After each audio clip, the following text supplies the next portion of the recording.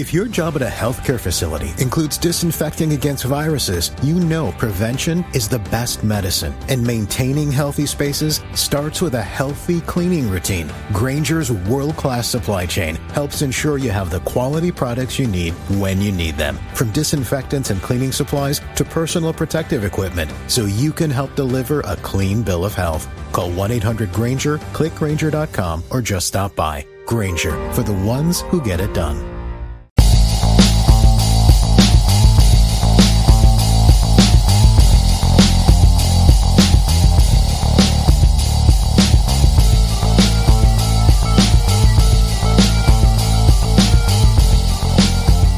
Age of Transitions.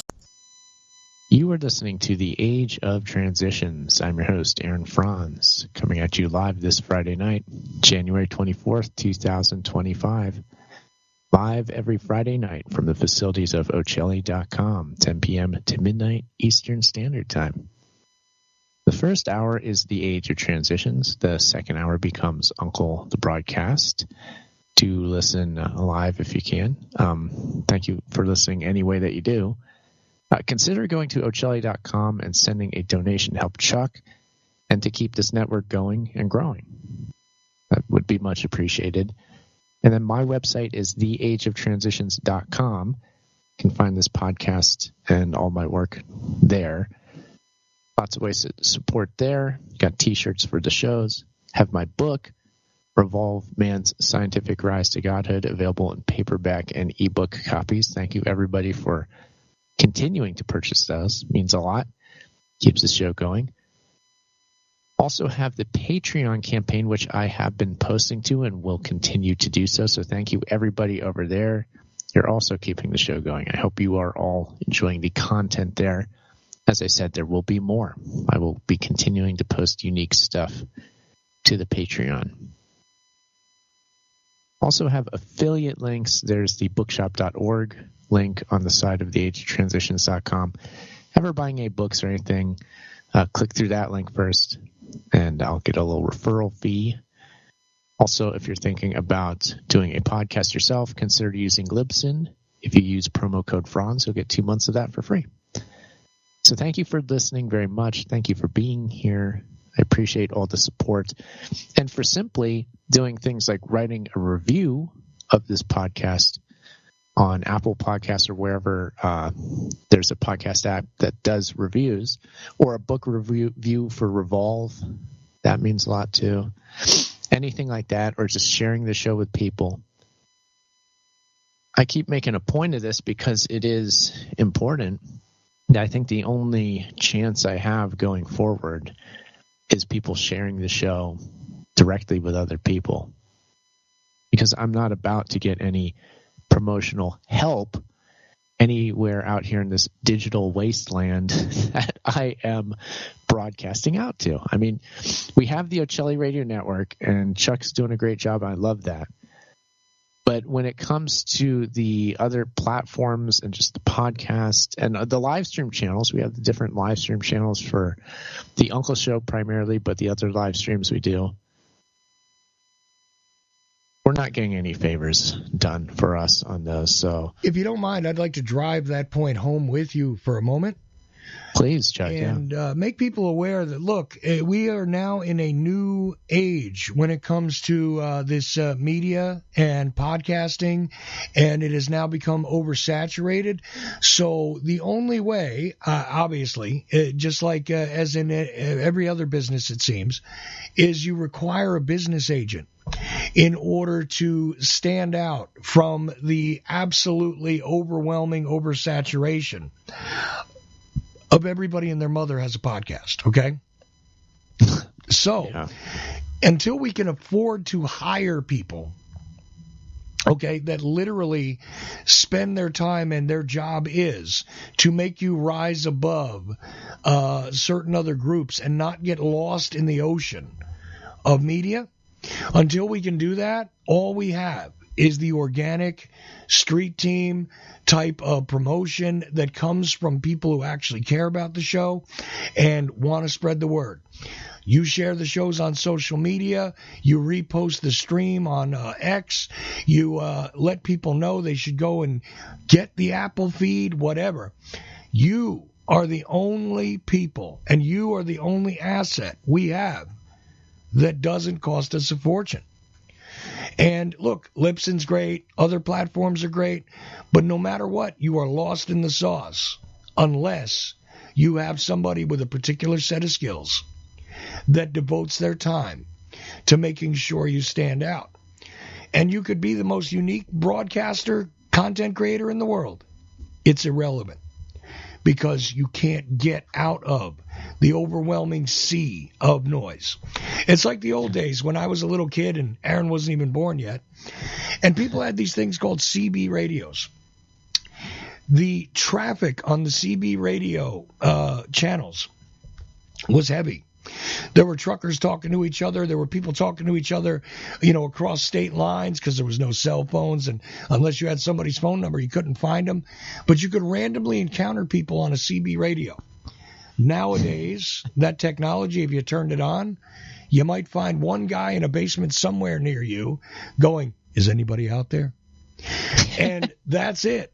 Okay, it's like the ham radios, another term that most of you childrens will not understand. But there were radios where we could communicate with people. But at one time they were high traffic, and when they were high traffic, it was hard to find the unique individual. But when there was no traffic, there was nothing to be found. And these are the extremes that we have traveled in across the past decade plus that Aaron and I have both been involved in this podcasting business, one way or another. And they didn't even originally call them podcasts. That was a new term about the time Aaron got in, I think. Podcast wasn't even like a standardized idea. And the mainstream media laughed at it. They said, "Oh, they're podcasting. That's useless. Who are you broadcasting to? Nobody." And nowadays, every mainstream media outlet has multiple podcasts because it is the wave. But once that wave gets too big, it starts to wipe out and obscure the gems, the jewels, and even the islands that are of great creation out there. So you are our last line of offense and defense in the information sphere. So unless you're telling people about Aaron's show, and you're telling people about Uncle's show, and you're telling people about the Ochelli Radio Network, they're never going to hear about it. So you're it. Tag. Thanks, Aaron. I appreciate you letting me give that little piece of backing to what you were just saying. And with that, I will now exit your show and allow you to continue, as I always appreciate listening to you rant, rave, and occasionally give us a hell of a dose of information that you get nowhere else but on the Age of Transitions, which, by the way, I plugged you just now on a radio appearance on the Third Rail with Nature Boy. I did. I listened into a little bit of that. I was in and out with the show because we're doing stuff here at home, but I did catch some of that on Rumble. Yeah, with Nature Boy. Yeah, excellent. Yeah, I plugged you, your book, and obviously the shows.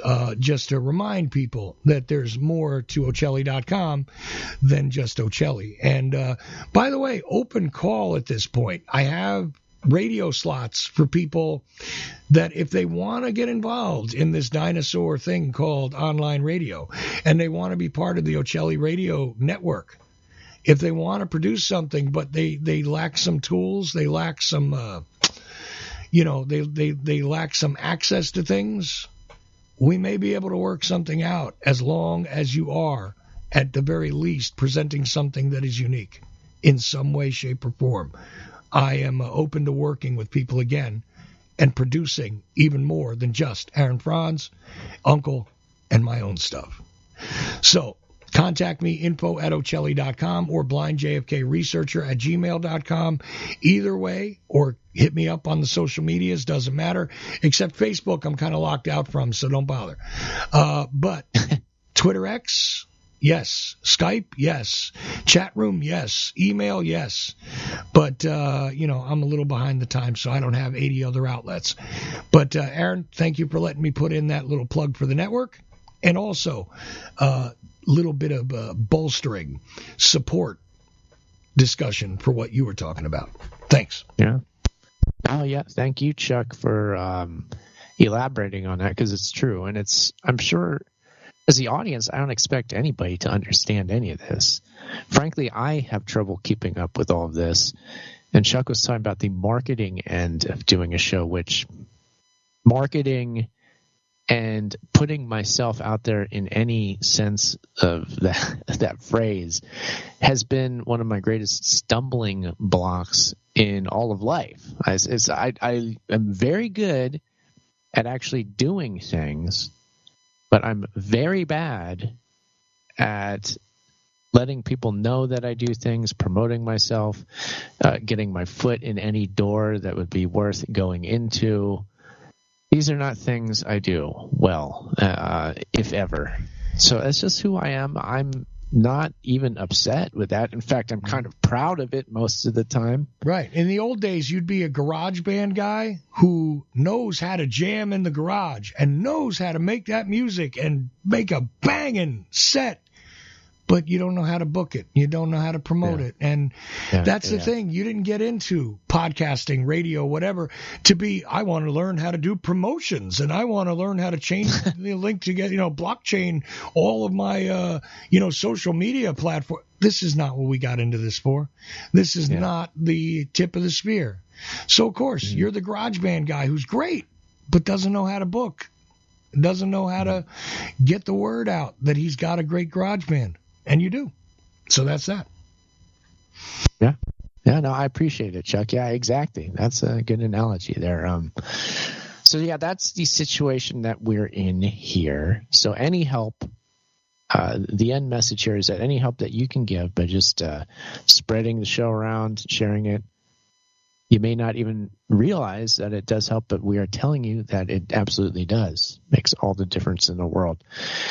And it would be nice, and sometimes my crutch is that I wish that I could kind of just lean on the street cred that I feel that I deserve at this point for just being around for so long. It's been a while since we've been doing this. I've been doing this, making this online media for a long time now. The Age of Transitions video, I was just posting about this on my X account today, that came out in 2008. 2008, the video that kind of just launched my foray into all of this area, the Age of Transitions area, and talking about it, being a commentator. That's what started me on this in 2008. I was talking about transhumanism back then. There were a couple people mentioning transhumanism, but barely any. And then I did, and it does come up quite a bit these days. But I've been speaking about for a long time. I do believe that I deserve some credit just for that. I'm not saying I'm God's gift to knowing everything about the topic, but it is what it is. I'm proud of what I have done, what I've been able to do. Really hit the ground running with the Age of Transitions video. That was one of those things that I put it out there, and it did way more than I thought it would. I just kind of put it out there, and I just wanted to let it be what it would be on its own. But people started contacting me about talking about it, and then things just went from there. So it became more than I thought it would be. And now, as time has gone on, I just continue exploring these topics and having this show, the Age of Transitions podcast. I feel like it's going in the opposite direction where it just dwindles.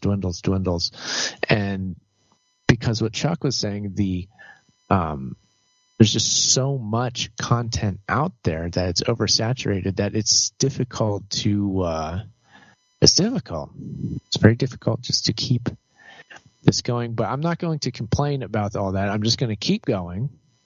And my belief is that it doesn't even matter at any given point what the numbers are, what the audience is. I mean, I don't get me wrong. I'm very happy about the audience out there, what I do have, and anybody that does come in. And the bigger the audience gets, the better. I will say that. But be that as it may, we've continued on here with a pretty, with not the world's not largest audience, which I'm perfectly fine with. Because the idea is to address issues that I don't see other people talking about, or if they're issues that people may be talking about, but I do feel that the take is unique here.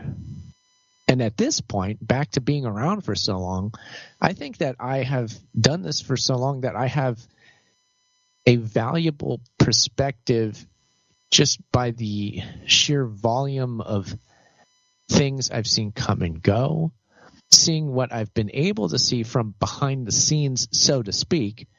And even that's limited, but it's a lot more than people that don't do this. People that aren't wrapped up in making online media just aren't aware of so many things, so many aspects of this, that if you're just consuming online media, it's easy to take so much for granted. And there's a lot of things that I can just see through at this point for doing this so long. And there is a lot of garbage. There are a lot of lies. There's a lot of propaganda being sown from sources that are selling themselves as grassroots when they are not. They are producing material under the guise of that's what they are, but they absolutely are not. And that's a big problem. So I will return to this in a moment, but I mean, I'm skipping over the most important part. I haven't even talked about this yet. The fact that he's back. How have I not gotten to this yet on the show? The illustrious leader, the man of the hour. None other than strongman himself. He's here. The world's strongest man, fresh from the competition. He won. He'll be winning every year now in perpetuity, the world's strongest man, because we all know who it is. He's our president. Yes, we all knew this was coming, so it's not a surprise. It's not a shock. It's nothing really astounding whatsoever. It's just more of the same in oh so many ways. However, things are changing, let's just say. Things are remaining the same to an extent, yes. But the whole idea behind this regime, to my mind, is to kickstart the rapid change necessary, really, to institute what we know of as the age of transitions. And to bring in this new technological dark age to reach out and grab toward technological supremacy for America, right? America first. Using all sorts of techniques gathered throughout our nation's more recent history, really, like drawing from the past century, all sorts of fun tricks that we learned during the Cold War, during the War on Terror, absolutely. And really, anything that's happened since 1947 onward in this country, all sorts of techniques for running this interesting show that we call America, but taking it to whole new levels. And very much changing up government as we know it. That is for certain. And yeah, honestly, it's hard to know even where to start with this, but it's here. I hope everybody's excited. I hope everybody's real excited about this. I hope it.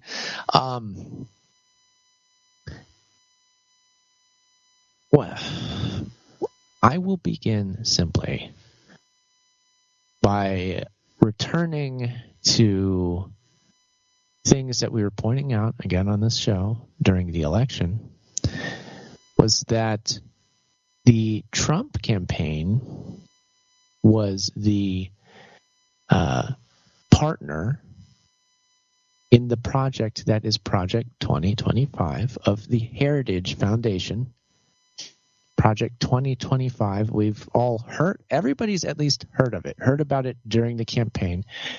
The Democrats attempted to bring it up in the way that they know best, which is completely wrong. It's like, here, let's mention it, but not make it make any sense whatsoever. Let's just mention the name and hope that people are going to understand what it is, understand just inherently that is bad. And if we just mention Project 2025 and that's bad, that's enough. That was not enough. Nobody even understood on either side of the issue, whether you were for Trump or against him. Nobody really understood what Project 2025 even was. It's not even that complicated of a thing. Heritage Foundation think tank got together and said, we need to prepare an initiative for the next Republican nominee for president, who presumably is Donald Trump, and we love that. We love Donald Trump. He's great. In fact, we expect that's who it's going to be, and then this is for him. However, if it's somebody else, maybe Ted Cruz is somehow going to get in there. I don't know, whatever. Whoever it happens to be, they're going to be our guy. And what our guy is going to do is to get into office and immediately start carrying out the following policy proposals, which it goes on for nearly 1,000 pages saying what those proposals are. Right. Aaron, just a quick note. Do you have that Newt Gingrich article handy? Because I know you wanted to cover that. You're talking about the one where he was upset about the immigration, the actual enforcement of the immigration policy, saying it was a bridge too far? Yeah, the guy who is responsible for the phrase "the age of transitions," the guy who wrote, was part of that whole contract with or on America, depending on how you frame it. The guy who was part of the conservative revolution that some of the current Trump humpers think was the genesis of what we have today with the populist Trump. That guy, that article, I thought you were going to bring that up around. Well, I thought that I mentioned it at least in passing last week, Chuck. I know that was from last week, actually. Yeah, I didn't think you covered it, though, so I'm sorry. Well, if nothing else, we'll go back to Newt in saying that he is the guy who came up with the name, The Age of Transitions. We always say that because it's worth it. He had that piece in the year 2000, no less, the essay, The Age of Transitions, which is still worth a read. He's Mr. Republican from the past couple decades on back. He's like the embodiment of the Republican Party, so much so that he was one of the only establishment Republicans that was propping Trump up in the beginning in 2016 in his run and saying, this is the guy, this is our guy. You may not realize it yet, but the people know it. The electorate know it. I know it. He's coming. He's what we need. He's great. I love him. Just embrace him. Right. And this is a guy who there is no way. It is absolutely undisputed. You cannot label this guy a rhino, no matter who in the current iteration of the Republican Party has been labeled a rhino regardless. I mean, they call Ted Cruz a rhino. I don't get it. They call, you know what I'm saying? The Republican in name only moniker that these guys slap on each other to, completely devalue and discount them. You can't do that to Newt Gingrich. I mean, that would be like saying Ronald Reagan's a bad guy at a GOP meeting. You ain't getting that by. It ain't going to fly, right? Yeah. Okay. That's right. With that, I'll step away from the board for a minute. But I wanted to make sure you got back to that because I think Newt Gingrich's point, and even the stuff that he's publicly put out outside of that article, is kind of signaling something very interesting. But I thought you did too. So I was just trying to remind you, as a good producer, that you hadn't really broken that down, I think, last week. Maybe you mentioned it. I mean, the wild thing about it is, yes, as you're saying, Chuck, you can't label him a rhino.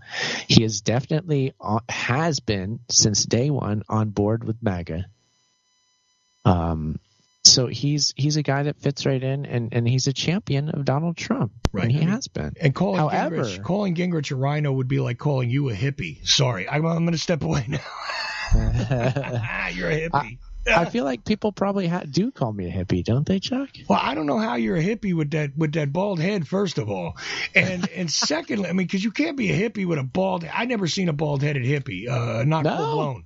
Oh, no, man, no, that's not fair. That's that. Well, now I'm mad at the hippies for not letting the bald folk in. Well, it might be baldest. Prejudicial. Is that baldest is that racist, like against bald people, baldest, or is that hair ableist? I don't know. What is the proper term for that when you're against bald people? I don't know, but I don't like it. In fact, I have a whole philosophy on baldness. They hated Picard. I embrace Picard. the baldness. Yeah. I actually, not only do I embrace my baldness, I like it. I think it's. I will go so far as to say I think it's a good thing.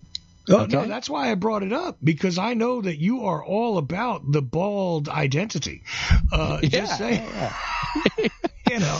So, I mean, I'm serious. Aaron is the bald identity. I mean, literally, we could make a T-shirt like that. Just put him on it and be like, "That's right, I'm bald." I'm bald. Get over it. I'm bald. I'm bald. Get over it. There you go. Perfect.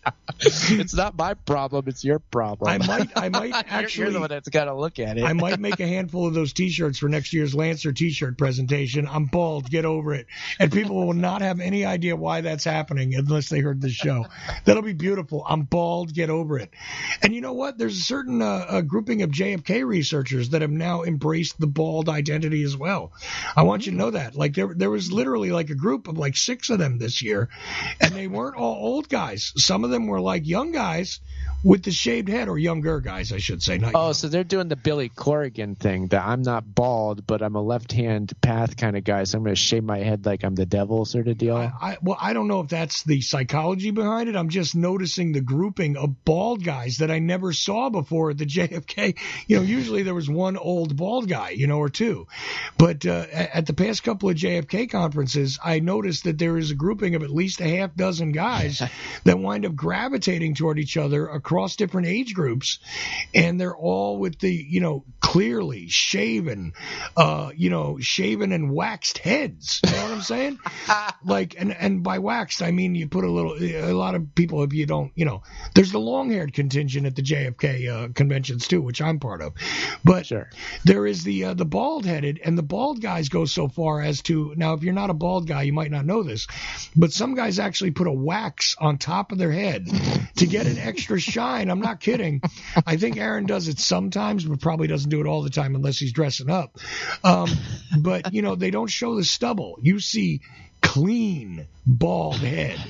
Like we used to call them in the 70s and 80s clean heads, because clean head. It wasn't just that the head was shaved; it was clean shaved, and not only would they shave it all the way down so there's no stubble, but they also literally put a layer of wax on their heads. And I think that you're the kind of guy, when you get dressed up, you wax your head. Am I right? No, actually, I don't go that far. I don't go so far as to wax it. I mean, I shave it with a razor all the way down. Okay, so you're not an extremist in the bald identity, but you are a devotee. I got it. Well, the thing is with me, when it comes to like personal grooming, I never, whether I've had hair or not at one point in my life, I've never gone to great lengths in personal presentation. So you don't even really take the time to like groom the mustache with any sort of. No. Look, listen. I've developed very good mustache trimming techniques. I'll trim my eyebrow hair because I need to. I bet nobody's shave my head bald. I'll do certain things, but then certain other things, it's like, come on. Like, I wouldn't be the poster guy for like the beard oils or the mustache oils. Like, and once we start getting into that territory, I'm like, why are we working this hard? You know, like what are we even doing at this point? Yeah, it's not like you're going to run around with the Raleigh fingers or Ted or Fred Goldman mustache wax, you know, with the whole turning up the handlebars and that kind. You're not going to do that, right? Yeah, I mean, well, there's several reasons for me not to care. At this point in my life, I'm married, so who am I doing it for, first of all? and even before I was married, it just isn't who I am. Does your wife, you know, I bet you've never covered this on a podcast before, so this is unique. Does your wife have any input on the bald head or the mustache at all? Does she, you know, have any standards that she wants and you maintain, like, okay, I got to keep my head well shaved because the wife doesn't like the stubble, or maybe she enjoys the stubble? I'm not trying to get too personal. I'm just wondering if she has any input on it. Well, the answer is yes, of course she does. and I would say, like, her opinion is way more important than me, because a similar thing to, like, I'm bald, deal with it, it's your problem, not mine. She's the one that's got to look at me. And so, you know, I'm not going to be annoyed. If she says, like, you know, just keep the head shaved, I'm like, yeah, I can do that. So like, you're considerate of her, but not necessarily like, okay, I'll definitely do this with it, and I'll put conditioner in my mustache for you because, you know, this kind of thing. Because I've been through all kinds of phases with this sort of thing, because I've had the goatee. I've had the goatee most of my life, and the long hair has come and gone, but majority of the time throughout my entire life I've had longer hair than most guys. But the women that have entered my life have had input on it to varying degrees. Oh yeah, you know that there's going to be. That just comes with the territory, and that's fine with me. I'm like, okay, yeah, I can do. It's all. And she's not incredibly demanding, so I'm happy about that. Like, her demands upon me just overall aren't they're not bad. I guess I know that women can be very demanding. She has certain things, but you know, that's to be expected. You know, it's no big deal. So she doesn't maintain a tight leash on you regarding grooming. And Uncle, I notice once in a while sort of follows you and then sort of doesn't. You know? Yeah. Different time periods. Like sometimes it's like, here come the two clean heads, and then other times it's like, well, there's Uncle with his old man hair, you know, and he's just letting it go, right? And he's also not a facial hair guy usually, not intentionally. Usually, that's right. You know, but sometimes the sloppy just takes over and he just goes screw it and grows some in. But other times he just doesn't care, you know, it seems like. But you maintain the bald head and the mustache. Okay, well, this is an examination and an off track, an off the beaten path sort of discussion that I wanted to have with you real quick, just to break the tension, if you don't mind. So yeah, no, that's fine. But I think I'm bald. Deal with it might have to be a shirt this year. I think that would be great. Maybe I'll just make like 3 or 4 of them just for that, and I'll try and sell them to the bald JFK guys. Be like, hey, look, this is great. Here's your spokesperson. You know, like, I'm bald, deal with it. I bet you bald guys in the JFK group will buy that shirt just because. Yeah, I bet they would. Yeah, I know that if I saw that shirt, I would instantly be like, oh yeah, that's awesome. I would think that if I saw somebody wearing that, I would like wave at them or like, you know, pump my fist or do something. Especially like, that's good. I had it for like $12. You'd be like, you know what? That's pretty cheap. I think I might have to buy it, right? Yeah. Or if I could get it down to $10, maybe that would be great. I might be able to do that, a one-sided print of like, I'm bald, deal with it, nothing on the back, just that on the shirt in general. I think that might work. Yeah, it's just I could go on and on and on about just baldness, embracing it, how it isn't a problem, and how I just, you know, I don't understand how you can get that wrapped up in it. I know that people, like, they freak out. And if you're a guy that's in his early 20s and you're balding, then I feel for guys in that situation. But me, it happened later. So at the point it happened, I'm like, well, it's supposed to happen. This is just, you know, the way. What am I going to sit here and like cry about it? Am I going to be upset? Like, yeah, it just makes it easier for you. See, like, and I'm a guy who surprisingly, I am not going bald. The only reason why my hair looks thin is because it's gray. right? But other than that, I've still got the bushy mess, except for a couple of spots where I've got scars on my scalp, where it doesn't grow through. But I'm not going bald. I just, lost some hair there. But it's interesting because you could do a whole presentation probably about the bald concept. Oh, yeah, I absolutely could. I could, PowerPoint, everything. Like whatever you need, I could put a very interesting presentation, very elaborate presentation. And it could be empowering. I've got lots of ideas. It could be empowering. Don't be mad when they call you cue ball. You are a cue ball. Be proud. That's right. Another one of the catchphrases I like to use is like bald is beautiful. Bald is beautiful. Oh, that's even better. Oh my goodness. That's one that I like to use fairly often. Bald is beautiful. See, now I guarantee I'd sell those shirts. Bald is beautiful. And just a picture of you. No other explanation. That's it. Maybe we put in a little link on the bottom, theageoftransitions.com, so people go, bald is beautiful. Why do I got to check this out? Holy crap, what's going on here? I think that might be excellent. What do you say?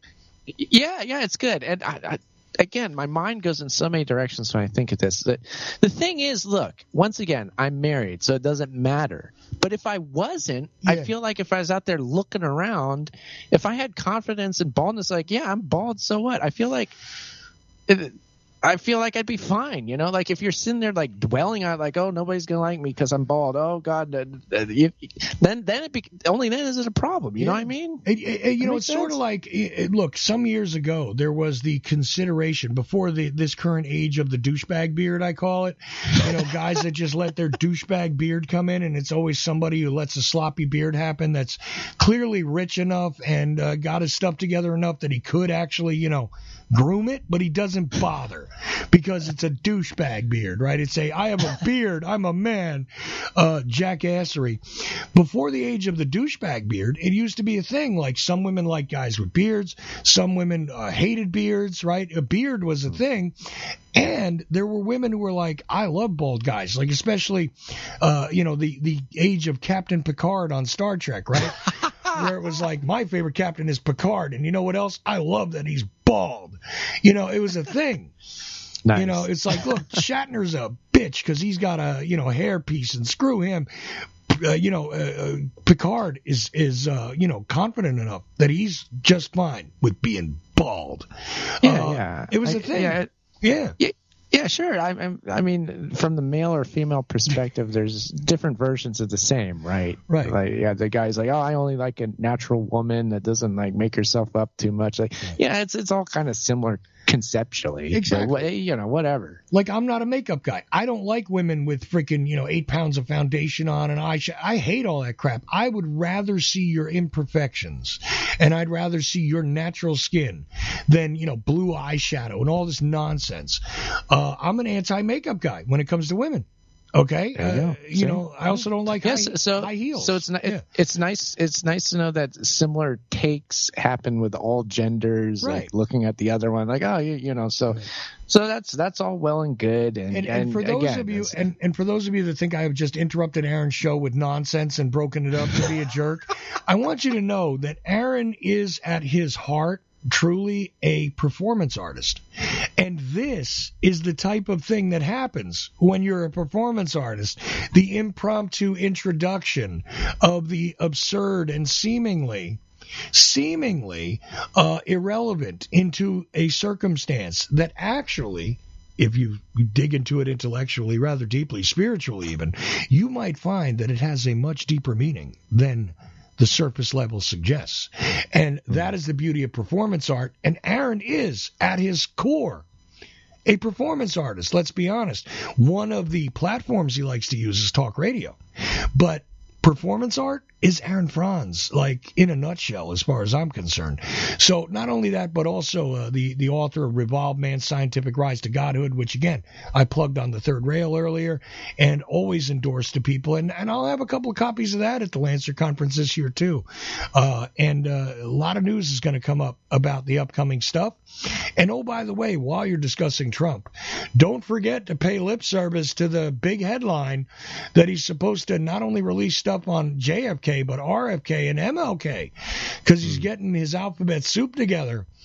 And, now, as for what you think is actually going to get accomplished there, first, I suggest you read the executive order, not you, Aaron, but the listener. But secondly, there's a lot more to unpack there than you're getting anywhere else. And I don't know if Aaron wants to even bother touching on that. Maybe he doesn't. Well, but maybe he will. Now that you bring it back around to the self-hating bald man that's now in charge, which makes a lot of sense. I think let's segue that way in that here's a guy that has not embraced his natural state of being. Yeah, which for the record is Trump with his, even his medical records say something about alopecia, which is the loss of hair, just so you know. And, his medical records say it, but don't say it out loud because that big giant, swoosh of weirdly colored cotton candy on the top of his skull is meant to cover up his natural right to exist as a bald man, because he couldn't possibly do that. Because some people, from those earlier generations of people that are almost extinct because they're getting too old, he's in his 80s. That generation would see baldness as a weakness, Aaron. So, keep that in mind when you're dealing with that psychology as you go forward. So, yeah, by all means, I'll shut down and go take care of a few things. And you continue on about the self-hating bald man for the next 17, 18 minutes or so, okay? Yes. Well, it is appropriate that he would see it as a weakness and therefore cover it up because he presents himself as the strongman. And thus what I like to call him, strongman. Because that's what he tries to embody constantly and consistently. Whether he actually is, well, I'll leave that up to you, but he's convinced enough of people to get this far, so, you can do a lot with appearances and just saying something over and over again.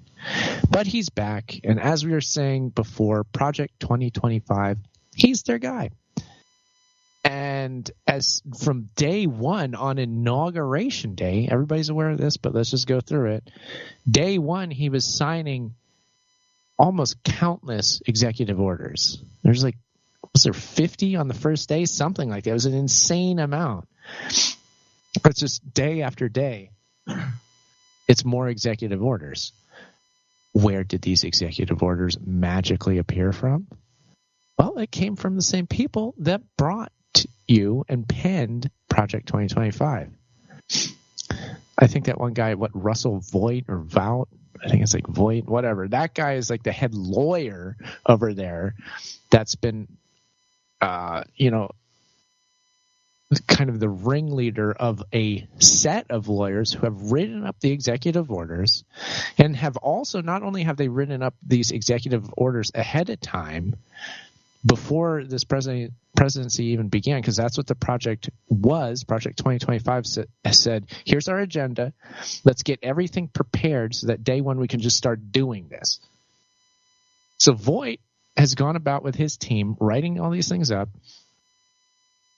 and actually coming up with the legal defense for these things when they inevitably get challenged in courts. So they have that ready to go too.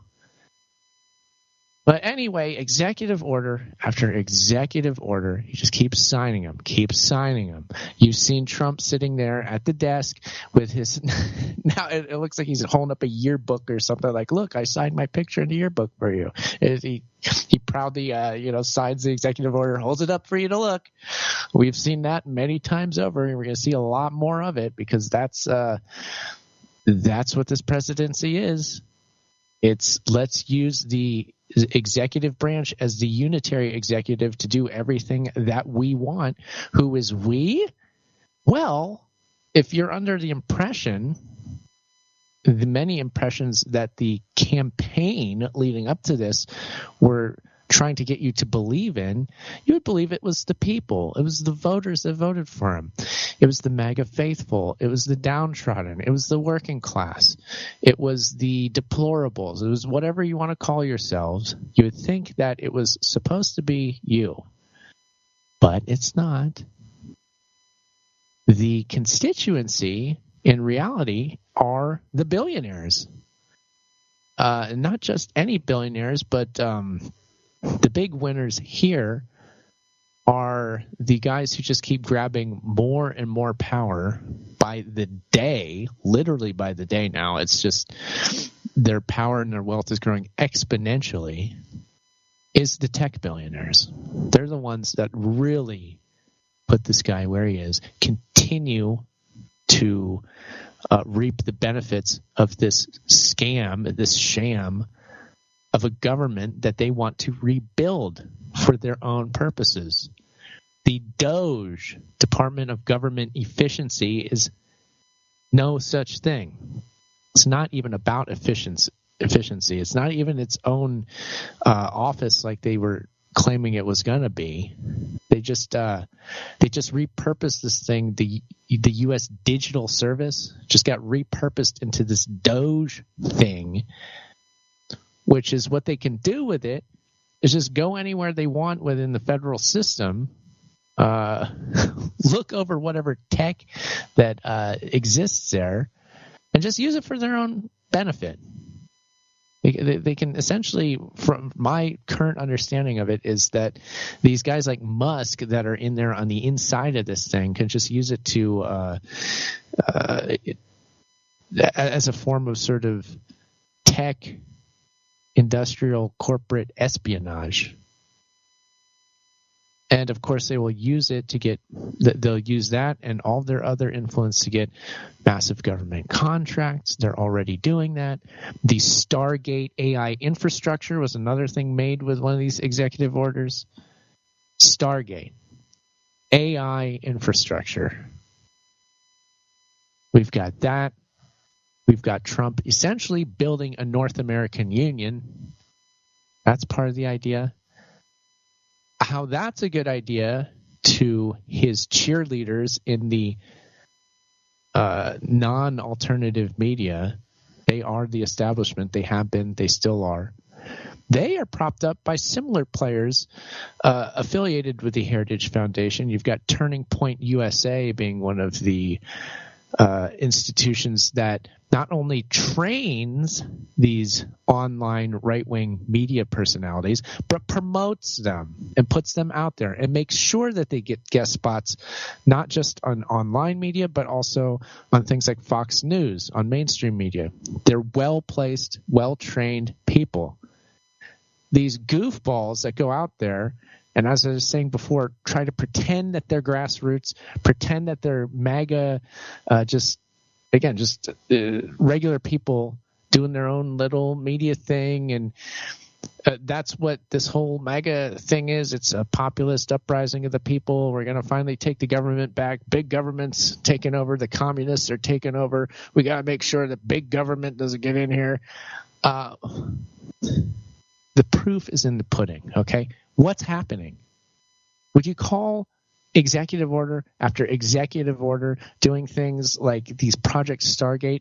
Is that what is that your idea of small government? It isn't to me.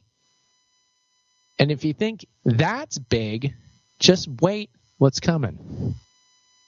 Another thing with these executive orders, the ones along the lines of what Chuck was referring to with the JFK assassination, JFK, RFK, MLK assassination records releases. You've got that. Another thing I tie in with this is the blanket pardon of the January 6th convicts. Just pardoning all of them. From the goofball who just kind of wandered in off the street. He didn't even know what was going on, but he got caught up with the angry mob and he ended up being charged, all the way on up to Stuart Rhodes. They're all free now. And by the way, since we're on that topic, that was like kind of a spur of the moment sort of thing. They didn't even, which I think is an interesting element just to mention here, is that this isn't completely all pre-planned. Yes, they were going to do this. The idea was to release the January 6th people.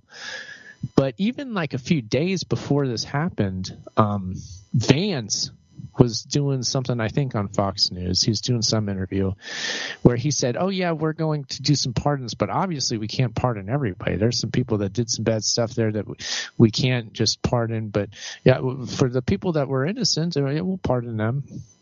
Well, guess what? It didn't work out that way, did it? Because from what I've read, Trump basically just said, let's just do all of it. Let's just just release them all. That's good. And I think the idea with the JFK records release, there's a lot of other stuff like this that he's putting out there. It seems like he's just trying to curry favor and maintain the illusion that he is indeed, as advertised on the campaign trail. These are campaign promises, right? He keeps saying, like, I promised on the campaign trail, the January 6ers, they were going to get out. Remember when I said that? I'm doing it. Remember that? I'm doing it now. I'm doing it even more bigly than I said I would. Oh, is that surprising to you? Oh, just imagine how great I am and what other wonderful surprises I have up my sleeve. I think that's the whole idea, is like, look, I am your guy. I am giving you everything you wanted. Have you ever seen a president do anything like this before? And credit where credit's due, the answer is no, I haven't. I haven't seen anybody do this kind of sweeping sweeping action like this just out of the gates. It has not occurred. It really hasn't. Not in any recent history that I've ever been a part of. So yeah, from what I gather, he's trying his best to maintain appearances that he is the populist leader for the people, for the MAGA faithful. They are getting what they asked for. He's going to provide more. Just wait. The best is yet to come, as they said. And it's going to be wild and insane. He's declared the emergency at the southern border. This is all to do with the immigration enforcement. That will be something to watch to see how that does actually play out. I get the feeling that they will be doing it, because just like all this other crazy stuff that usually is relegated to the realm of campaign promises that are never fulfilled, this time around is different. It's like the promises, no matter how crazy or bad of an idea they are, they will be fulfilled. And if you're on board with this immigration thing, I don't know what to tell you. I'll just say that I am not. I don't see what anybody is getting out of it. I understand the way it's been sold to us, which is an absolute. We ought to all be ashamed of falling for this stupid con, because it's the same one that's been used in these same media spheres, which were exploited to get this man where he is today, which would be the alternate media, which I have grown up out of, which I don't consider myself a part of anything now other than the Ochelli Radio Network. That's it. I'm a part of that. I do my show. I do my thing. I'm unaffiliated with anything, unaffiliated with a political party, unaffiliated with any sort of concept of a political movement or idea or whatever, or if it's the alternative movement, if there's any shred of a truth movement that's even left. I'm not a part of any of that, okay? Because all of that has been exploited, and it's time we realize that, because that's not ending anytime soon. This has been exploited by our technological lords and masters, which have bought this administration. They were there at Inauguration Day. We all saw it. There's a reason why they were all sitting there. It is disturbing how they are just out in the open, parading around, showing you what's what, and getting away with it. That is very disturbing. The fact that they are doing that, and that they're just like jumping on board, and they think that they're untouchable now, and they may well be, because we haven't put up a challenge at all up until this point. We just go along with all the stupid non-issues that we've been distracted by this whole time, and we just keep buying it. It's time to stop. It's time to recognize how this propaganda works, how it has seeped in to the very fabric of anything that you know of as alternative or as the truth or as sticking it to the establishment. We're going after the deep state. We have to stop the communist takeover. The cultural Marxists are coming to kill us. The transgenders are here. Black Lives Matters is burning down the country. Anything that takes this just blanket concept of, like the left is completely in control and they're about to build some sort of totalitarian Marxist police state, guess what? That never happened. Who is in control? The ones who the right-wing side of the equation is there, and they're in a big way. All right? And these guys who used to know better than to parade around in public are doing podcast spots now. Peter Thiel is doing regular interviews on podcasts. Mark Zuckerberg is going on Joe Rogan. Bezos, I'm sure, will do some stupid podcast appearance soon. You know what he's going to do? He's going to end up being given control of the United States Postal Service. I'm sure of it. Bezos. I've seen that one coming for years on end. Just wait. And that'll be a DOGE project. Like, look at how inefficient the Postal Service is. It's an absolute wreck over here. We better give it over to a good business guy who can run it efficiently. That's the way it will be sold to you. The history of how it got in such a shambles will never be explained. Go back to George W. Bush and him hoisting this legislation that basically just shot the whole it was like shooting the Postal Service in the foot, because it was the federal government that did it to itself. It's like, here, try to succeed under these stupid rules. There's no way you can do it. That's why they've been struggling ever since. And it's just been waiting for the opportunity for some opportunist who's well placed to come in and snatch the thing up. Things like that are going to be happening all the time. All the time. It's fascinating to see that I was mentioning that the alternative media or whatever this is that put this guy, who propped this guy up and went to the damn parties on inauguration night, paid for by all the giant social media companies. They all partied it up that night and they lived it up. I hope they're real proud of what they did.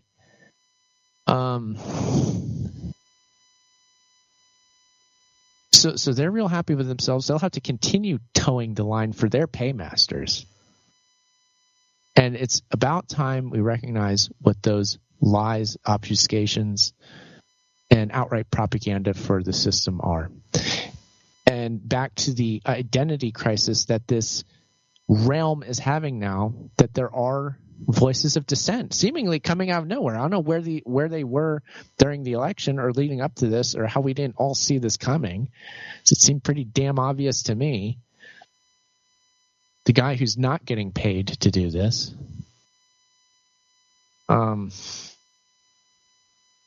There appear to be voices of dissent now. And that people are seeing, like, oh gosh, what the heck? What's all this tech takeover all about? What's Project Stargate? What in the world is Trump doing? Like, I didn't think it was going to be like this. Well, it is. And I don't know, even Steve Bannon, Steve Bannon is a mercurial guy, right? He kind of goes back and forth with Trump. He's having one of these moments where he's anti-Trump now. Him and his little buddy Joe Allen, who's going to tell you all about the transhumanist takeover of our souls. I don't trust them. You should not trust Bannon or anybody he pays. Why the hell would you? This about face, Trump is bad now. That ain't cutting it, Bannon. Why don't you just go and leave the public spotlight? Oh yeah, that won't happen. You're just going to keep talking. You're going to get more attention. You'll probably be, maybe you'll play up this angle like, oh, I'm the anti-Trump guy now. And I'm pointing out how bad Elon Musk is and blah, blah, blah, blah, blah, blah. Yeah, that's great. So there's all sorts of problems out there. There's all sorts of people you should not be listening to.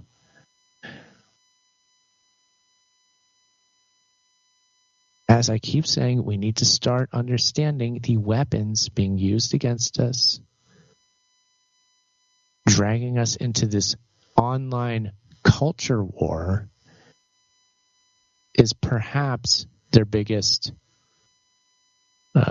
technique that they have been employing.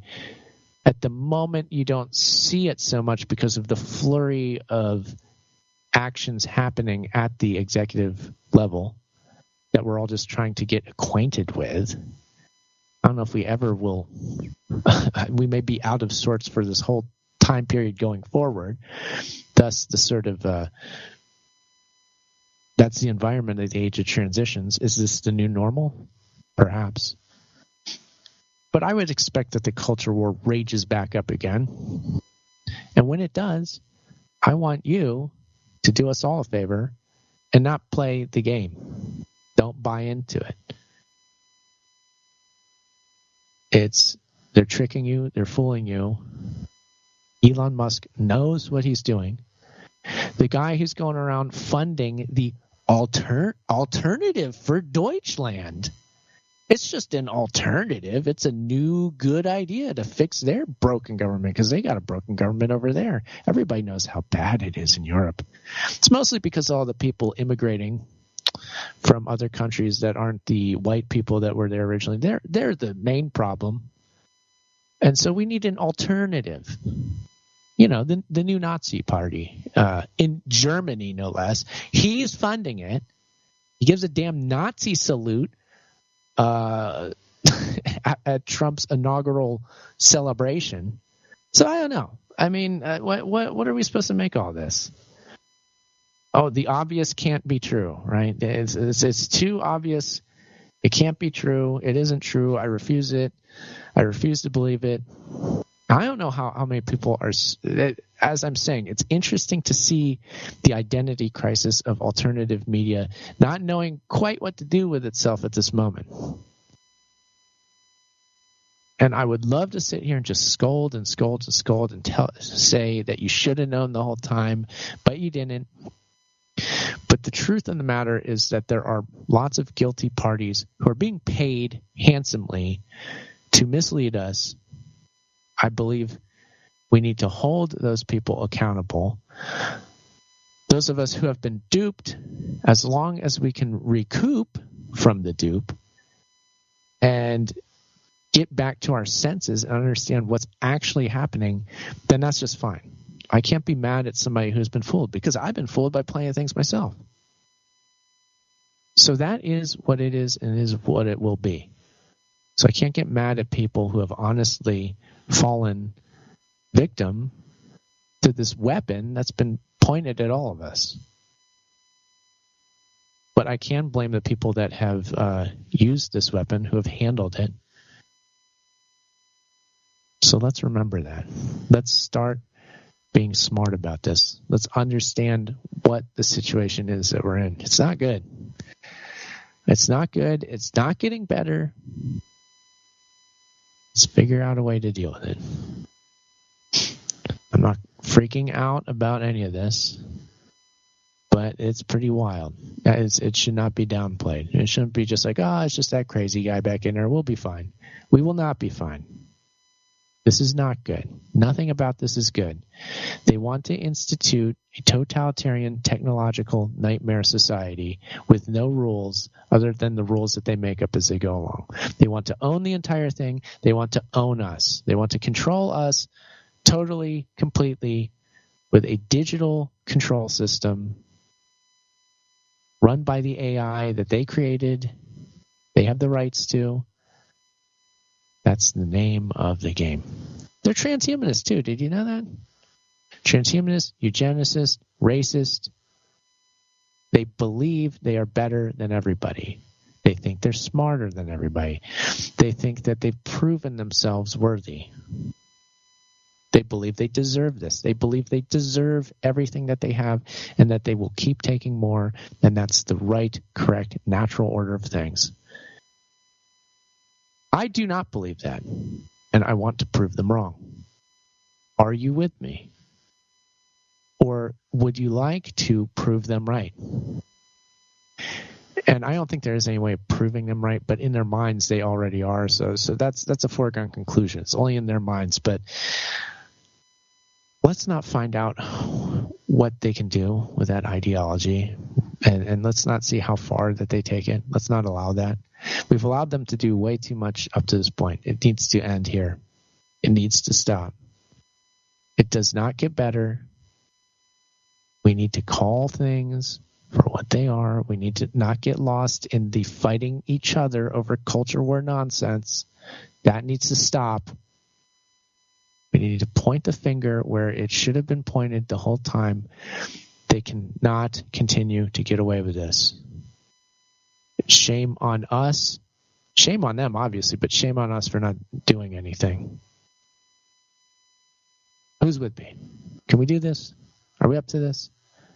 Doesn't seem like that big a deal. It's just pointing out the obvious at this point. That too much to ask? Are we going to let their stupid little tricks keep tricking us? Are we going to keep getting tricked by their idiotic little ploys? We're going to get all wrapped up in their digital games that they want us to play? Let's not do that. Let's flip the script. Let's be creative. Let's be different. Be dynamic. Let's do something different. How about that? Okay. With that, I will just say that the next upcoming show, as always, on Friday night is Uncle the Broadcast, so stick around. It's going to be fun. You can call in live on the Ochelli Radio Network, so stick around for that. theageoftransitions.com is my website. My name is Aaron Franz, and as always, I will leave you by saying, seek her, seek on. The age of transitions.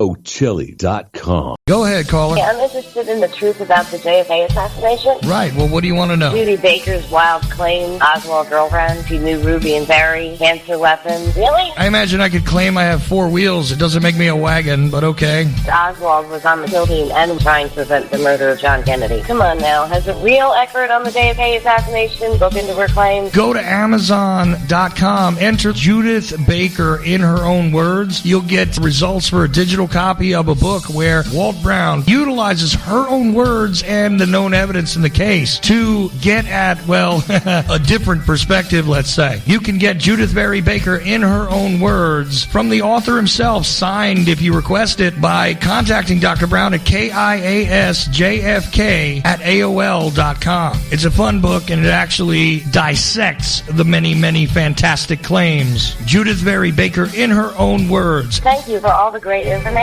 Stoy apple, oi, stoy apple, we're stoying apple, we're stoying, oi, we stoy apple, we stoy apple, oi, we stoy apple, we stoy apple, oi, stoy apple, we stoy apple, we stoy apple, we store apple, oi, yeah, that's good. Ochelli.com.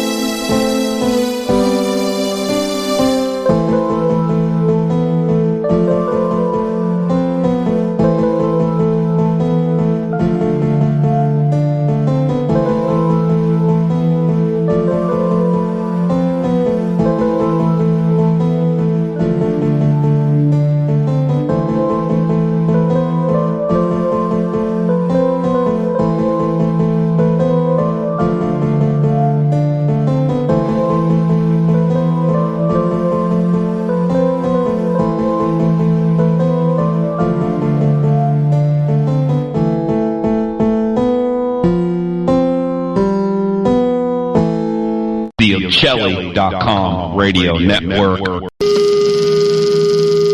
to the hump to the hump to the mayor, hump to the hump to the hump to the mayor, hump to the hump to the hump to the mayor. Hey, Magawaya, hey, Magawaya, hey, Magawaya, hey, Magawaya, hey, Magawaya, hey, Magawaya, hey, Magawaya. In Denial, Secret Wars with Airstrikes and Tanks by Larry Hancock.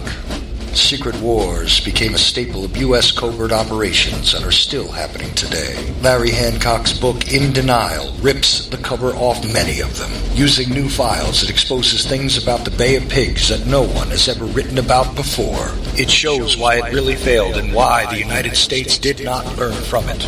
It also shows why other countries today are doing secret operations with more success. This is the book that puts what some want to deny into the light. In Denial, Secret Wars with Airstrikes and Tanks. Larry Hancock.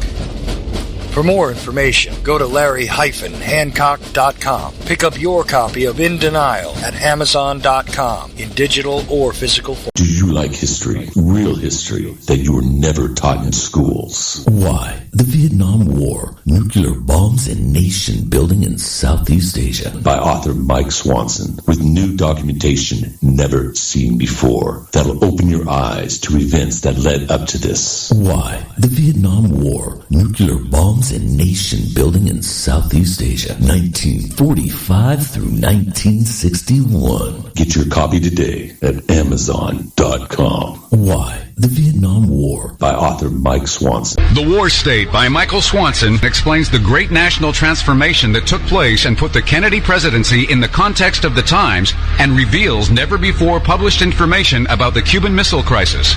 President Kennedy would not have been assassinated if he had been president 200 years ago. His assassination took place in the context of the Cold War and the rise of the national security state. Before World War II, the United States was a continental republic. In the decade that followed, it became an imperial superpower. Generals such as Curtis LeMay not only wanted to invade Cuba, but knew that there were short-range missiles on the island armed with nuclear warheads that they could not destroy because they were on mobile launchers. Their invasion could have led to a third world war, and they wanted to go to war anyway. The War State by Michael Swanson reveals why and will show you what President Kennedy was up against. For more information, thewarstate.com. Nuclear holocaust. You know what uranium is, right? It's a thing called nuclear weapons and other things, like lots of... You know what uranium is, right? Bad things. Things are done with uranium, including some bad things. Nuclear holocaust. You know what uranium is, right? I've been briefed. Nuclear holocaust. Nuclear holocaust. You know what uranium is, right? It's a thing called nuclear weapons and other things, like lots of... You know what uranium is, right? Bad things. Things are done with uranium. Revelation through conversation. Uncle, do you remember that time when Benjamin Fulford said that an Asian secret society was going to dispatch ninjas to take down the Illuminati? Oh, that's interesting. Yeah, in the cartoon. Yeah, did that ever work out too good? No. It didn't, did it? Didn't work. But here on Ochelli.com radio network, things work out a bit better, don't they? Much better. I mean, it's clearer in understanding about the programs. The programs are much clearer. Getting live people into it. They really have a good conversation going. Much better. Much better scene. I say forget Benjamin Fulford and his ninjas and listen to the Ochelli.com radio network. I agree. It's straight to the point. Straight talk. And I like that idea. Ochelli.com. The views expressed by callers, co-hosts, or anyone else who happens to get on the air at Ochelli.com do not necessarily reflect the views of Ochelli.com or Chuck Ochelli, and we are not responsible for any stupidity which might ensue. Thank you.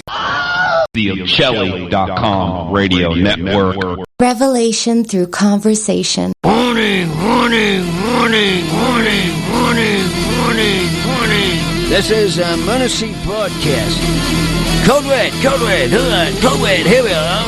Pick up your iPads, your cell phones, and have me and listen to Uncle the Podcast. Watch out. If you're sitting down for this, or if you're standing up, you better get ready for this, because it's gonna hit the eardrums. Uncle the Podcast.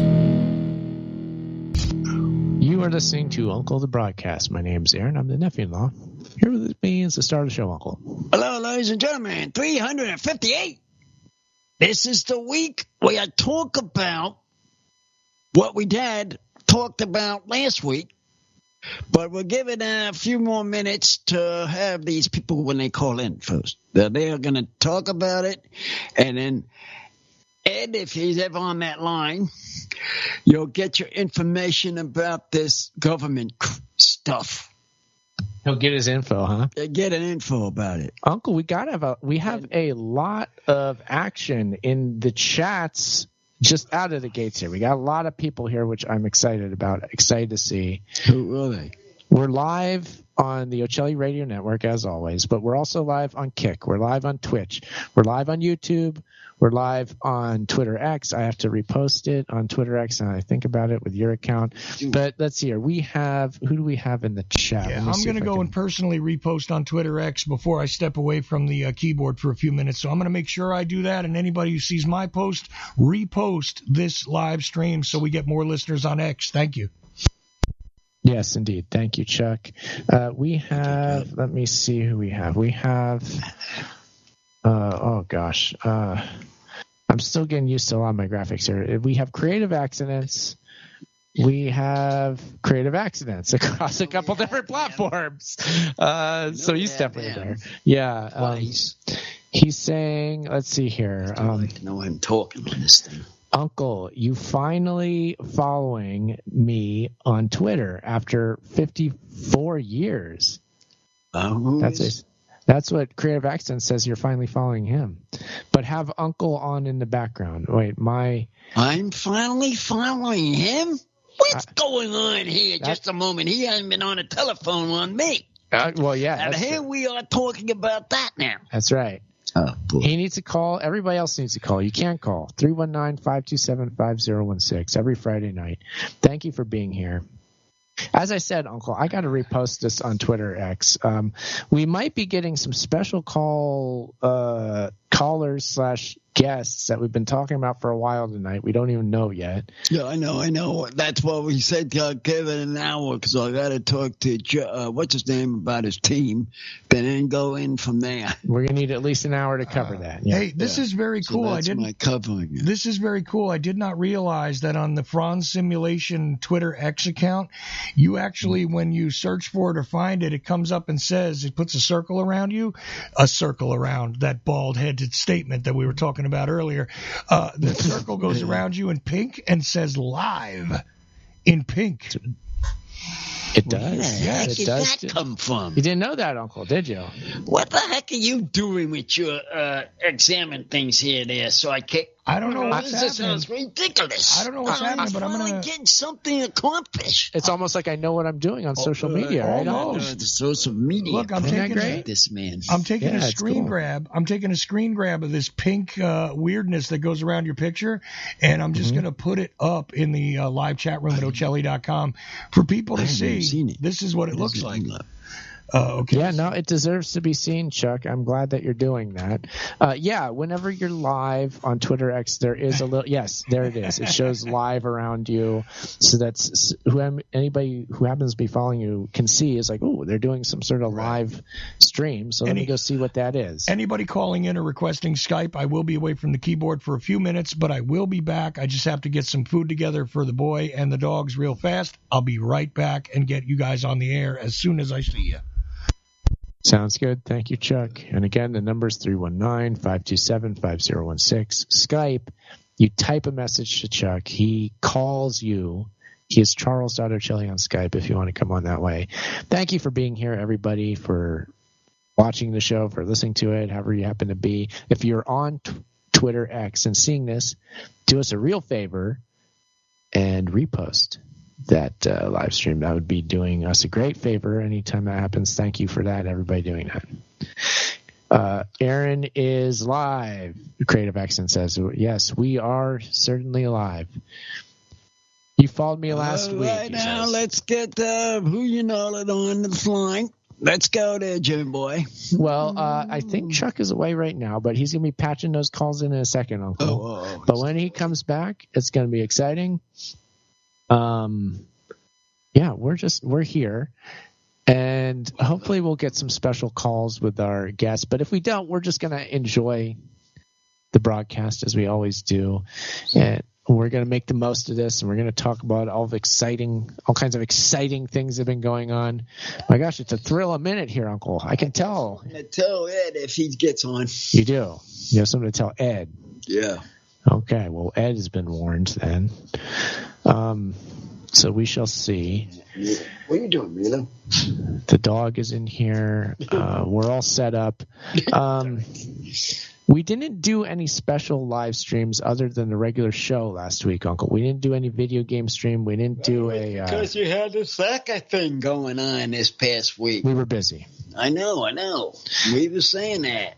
I know, but I'm just bringing that back up again. Maybe we can do one this week. I don't know, but regardless, just be watching the channels and look for a live stream. You never know when we'll do one, especially on a weekend when we have time. We'll throw in an old VHS tape, or we'll play an old video game, and we'll make a fun stream out of it. We would like you to be there with us, and we get a pretty good regular crowd in for those streams, and it's always a good time. Those are fun. Yeah, we got to get working on those picture shows and get into some of them. Not the games. I'm talking about the live streams. Yeah. Oh, with you want to watch some VHS tapes? Yeah, VHS tapes. Yeah, we have a huge collection of VHS tapes that we need to tear through. I know. I don't know if I brought this up, Uncle, but I found this these guys recently that I didn't know of before we started doing the VHS live stream, but they do a similar thing. They do something called the Found Footage Festival. It's these two guys that are professional writers. One writes for The Onion, I think, and the other writes for like some late night show. But they do this thing where they collect old tapes from thrift stores and I think estate sales and stuff, and then they watch them, and then the best ones they'll do they actually get together and do live events ready to do a festival. They've been doing this for years. I never knew about these guys until recently. So they just came up then. Well, here we are talking about this other stuff, and then these guys jump up. No. Subject? Well, what I'm saying is they were actually doing it well before us, but I just didn't know of them. I never knew about them before, but they've been doing it definitely longer than us, so we can't take credit for doing it first. No. So we wouldn't dream of that, but I didn't realize that they had been doing this. But I was doing this on the side. Never mind doing this kind of stuff. It's fun. I just thought I'd been doing it on the side for a little while, and then seeing what happened. What happened was all these things came up. Well, I love doing it. I don't want to stop doing it. I don't feel like we were taking their idea or anything like that. I just find it interesting that they had been doing it. Creative Accents is saying, Uncle, I'm having trouble reading this.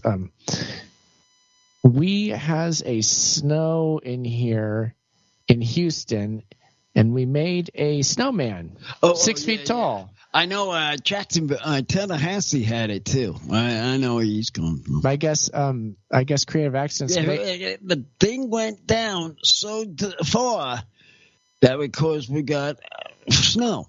I mean, the low system passed down, and it went down as far as Florida, actually, and hit Tallahassee and Pensacola and them. Yeah. And even in my other sister's house. There we go. She had it cold.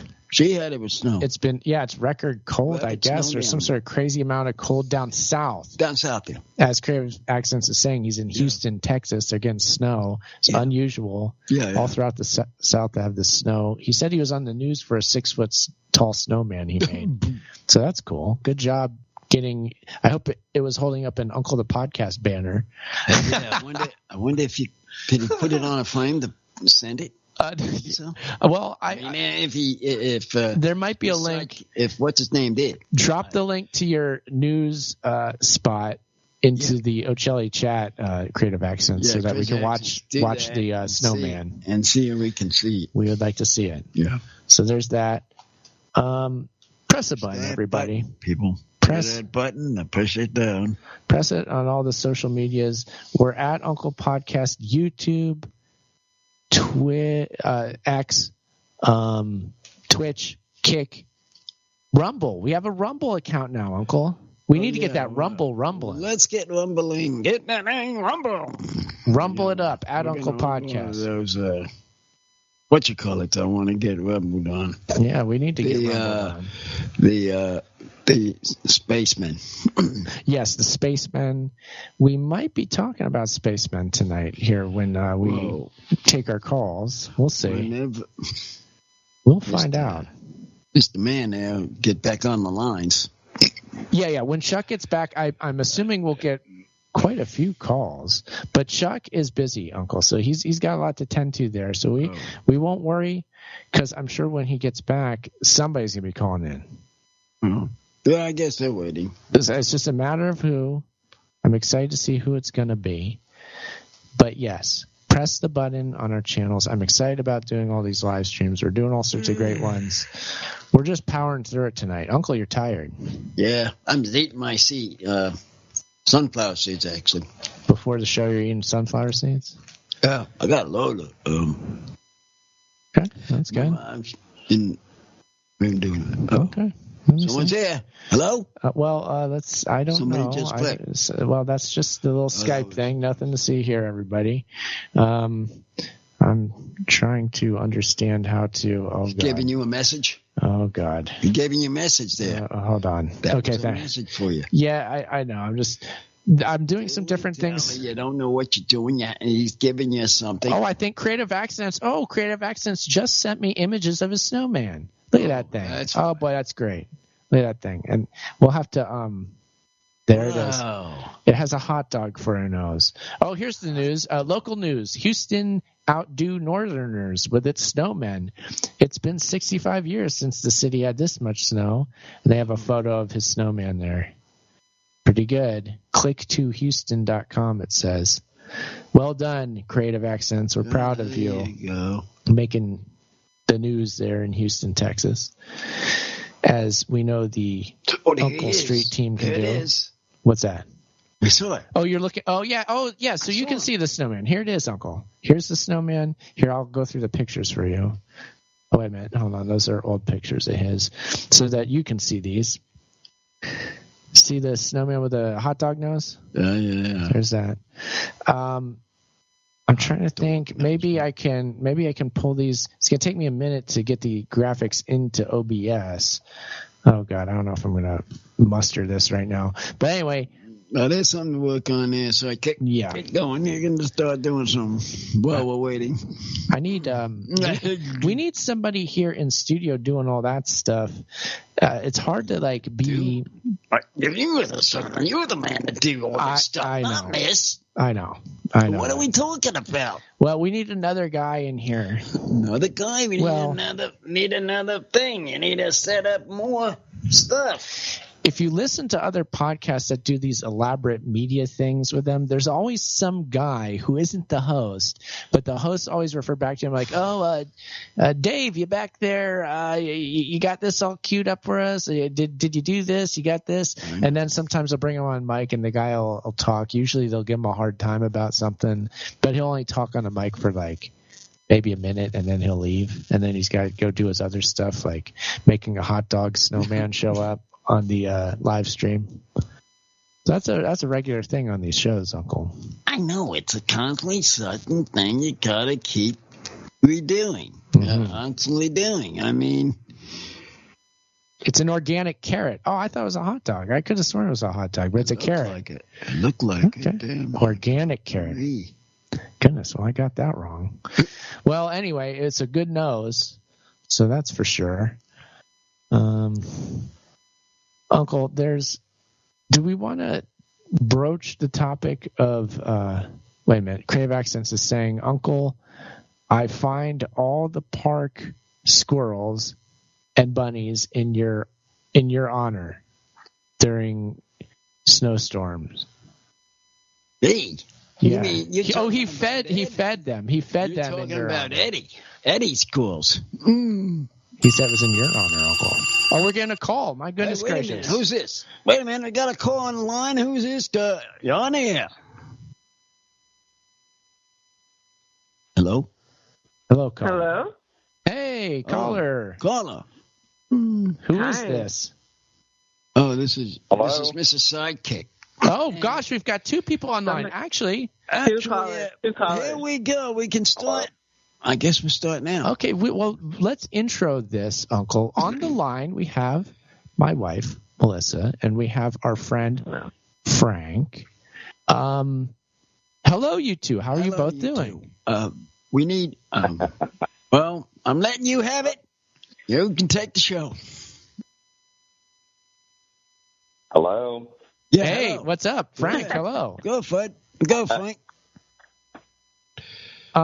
We've been talking about these Astros going back and forth. Yes. Yeah. Well, first of all, let's continue with the intro here. We had you, my dear, you were on 2 weeks ago talking about this, right? Was that you were here 2 weeks ago? You're talking about our sightings, but tonight we also have our friend Frank.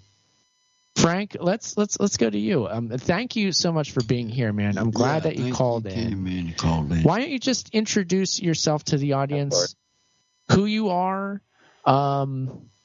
and maybe just talk about the task at hand. Like, when I say UAP or UFO, what do you think?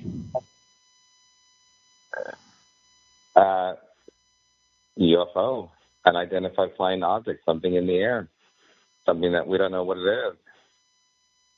Indeed. I mean, it's crazy. And that's what we're seeing, right? There's actually one right now. I'm staring at it. Really? Yeah. I'm looking out the window. So I live behind Franz and Melissa, so we're like kind of neighbors, and we're not too far from each other. Yeah, there's one out the window. There's one. So you're looking right now at what is it, like one of those orb things? What is? I do see it. I see it. It's blinking red and green. Yep. Red and green. Okay. Oh yeah, it's going right towards Frank's house. Yep. Yeah, exactly. So okay. What's weird, like you hear about all this stuff, and we heard about Jersey and everywhere else, but I was kind of skeptical. I believe in it, and I've seen it before. I mean, a long time ago in my 20s, I saw something, I was in Huntington Beach and at a friend's house, just kind of backtrack real quick. And I was on the patio, and I saw this light come out of the ocean, because we're like one block from the ocean. And I was in my early 20s. Ever since then, I've been, kind of fascinated by this whole thing. So when you started to hear more and more about that they're coming out of the ocean, these UFOs and, aliens and whatnot, I, was telling my family, see, I told you guys, that's what I saw when I was in my 20s. And so it was just kind of weird. And, I'm in my 50s now, so that was a long time ago. And then what was it, Melissa, a couple of weeks ago when I called you? Yeah, we've just been almost like talking every night, just kind of sharing stories and look outside, look at this one. And what was that one? Explain that one that flew right over your house. Well, the first one that caught my attention, first of all, I have the big sliding glass windows, that face out to my backyard, and there's a new tract of homes behind us that they just built. It used to be an empty field. So I could see I have a really good clear view. There's nothing that blocks, my window or anything. And I was watching the TV, which is on the side, same wall as the window. There was this green light that was just flashing, kind of almost like trying to get my attention. And I was looking at it going, what the fuck is that? So I get up and I open the door and I see this green light, and it just starts flashing, and then it turns red. And at that moment, that's when I yelled. I called my father to come outside because I thought, okay, somebody else needs to see this because they're going to think I'm crazy. And that's when I started to take videos and take photos of it. And then he came out. When he came out, it started to move around, and he says, oh, shit, there's another one behind it. And then there was another. So at that time, there was probably 3 other ones that showed up, and I was videotaping and photographing it. It started to go side by side and then kind of disappear. And I think that's when I called you afterwards. Yeah, you sent me the videos, and and it's only been increasing since. Yeah, that was that same one, right? You're like, where? It kind of made a U-turn because we live near a lake, and it made a U-turn and it went over your house. Yeah, yes, and that was the first video, Franz, that we got, that close one where it was Frank was like, it's coming over to you, and I said, oh my God, it is. It's banking over, and we got that really good video that I posted actually on X of it over the house. That was the drone style UAP. Yeah, because there's different kinds of these things that we're seeing. Orbs. Yeah. We it's so old school. So I know UAP but Frank, you know what I saw? What you seeing? I seen one of these orbs, and these two were in the up here. Of course, I'm looking out the window. I'm looking out my window glass, like you said. I saw this orb go up, showed the white, the whole white, and then came back down. Oh, wow. So you saw one of the orbs and orbs, but it was a white.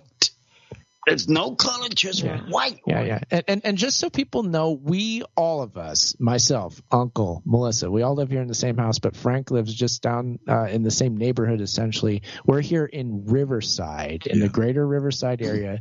We have been seeing these things for the past month. Really, at least the new year hit, and like you're saying, that story where Frank was on the phone, said, oh, I see this thing, it's coming your way, and then we saw it.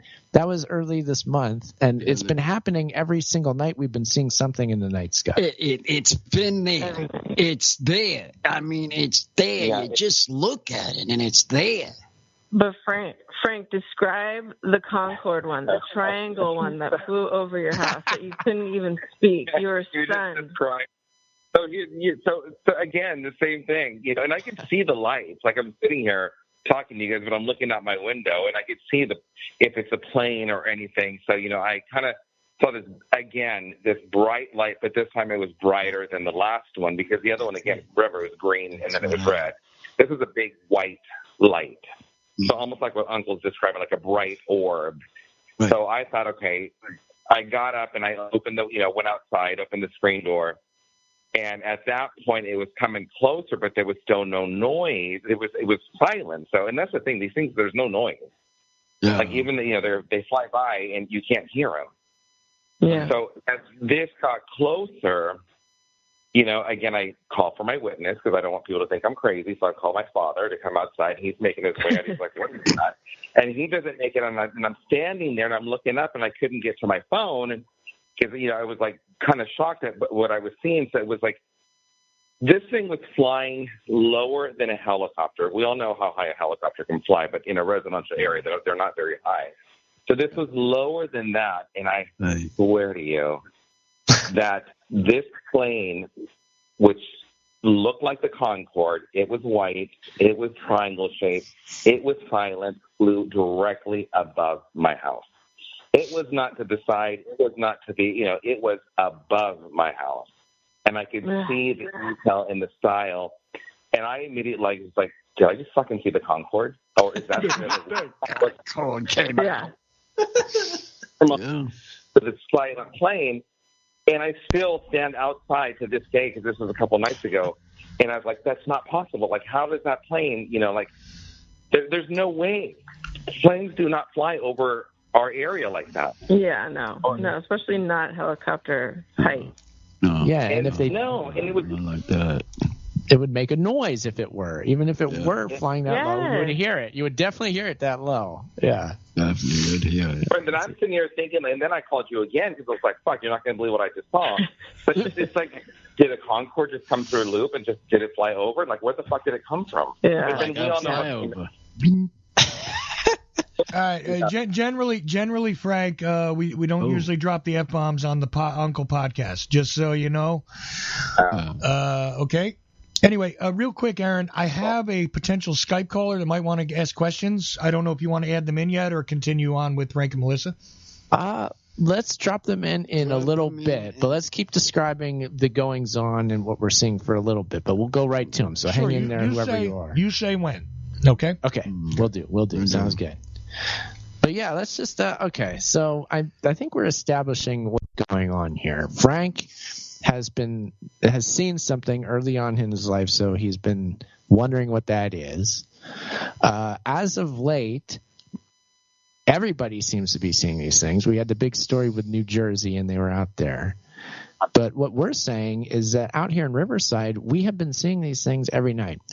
Almost every single night. No. This is every night it will come out. Mm-hmm. I go out there in the back, boom.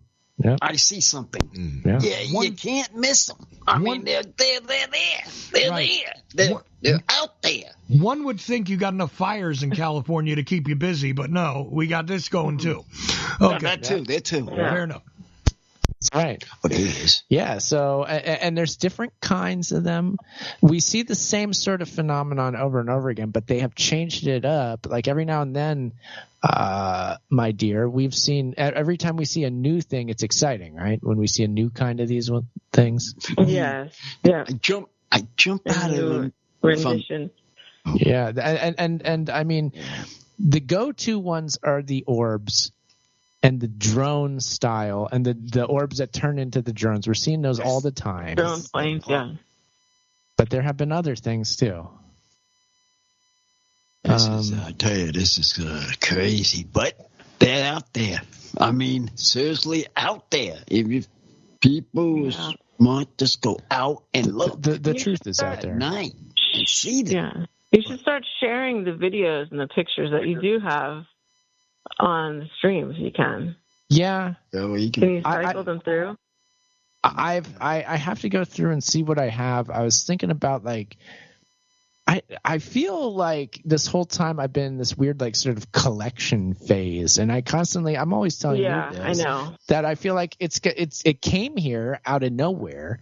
It just feels like at some point it's going to disappear just as quickly. I can't help but shake that. So I feel like I'm in this collection phase, and at the point that they just disappear, I'll put it all together and present it. I mean, what do you think about that concept, Frank, of where these things come from, or do you get the sense that they've always been here, or what do you feel about that concept? No, I get the sense that they've always been here, always. I think they're just how we're seeing them more and more, or we're paying attention more.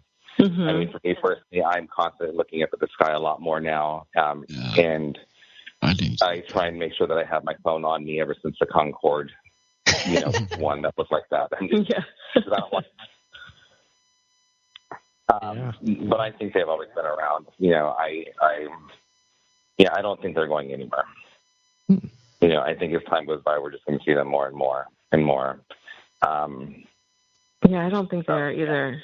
Like I said, it's been increasing the sightings that we've seen, and I get excited. I almost I come out at 6:30. It's dark, and I'm like, "Hey guys!" Waving out of my back.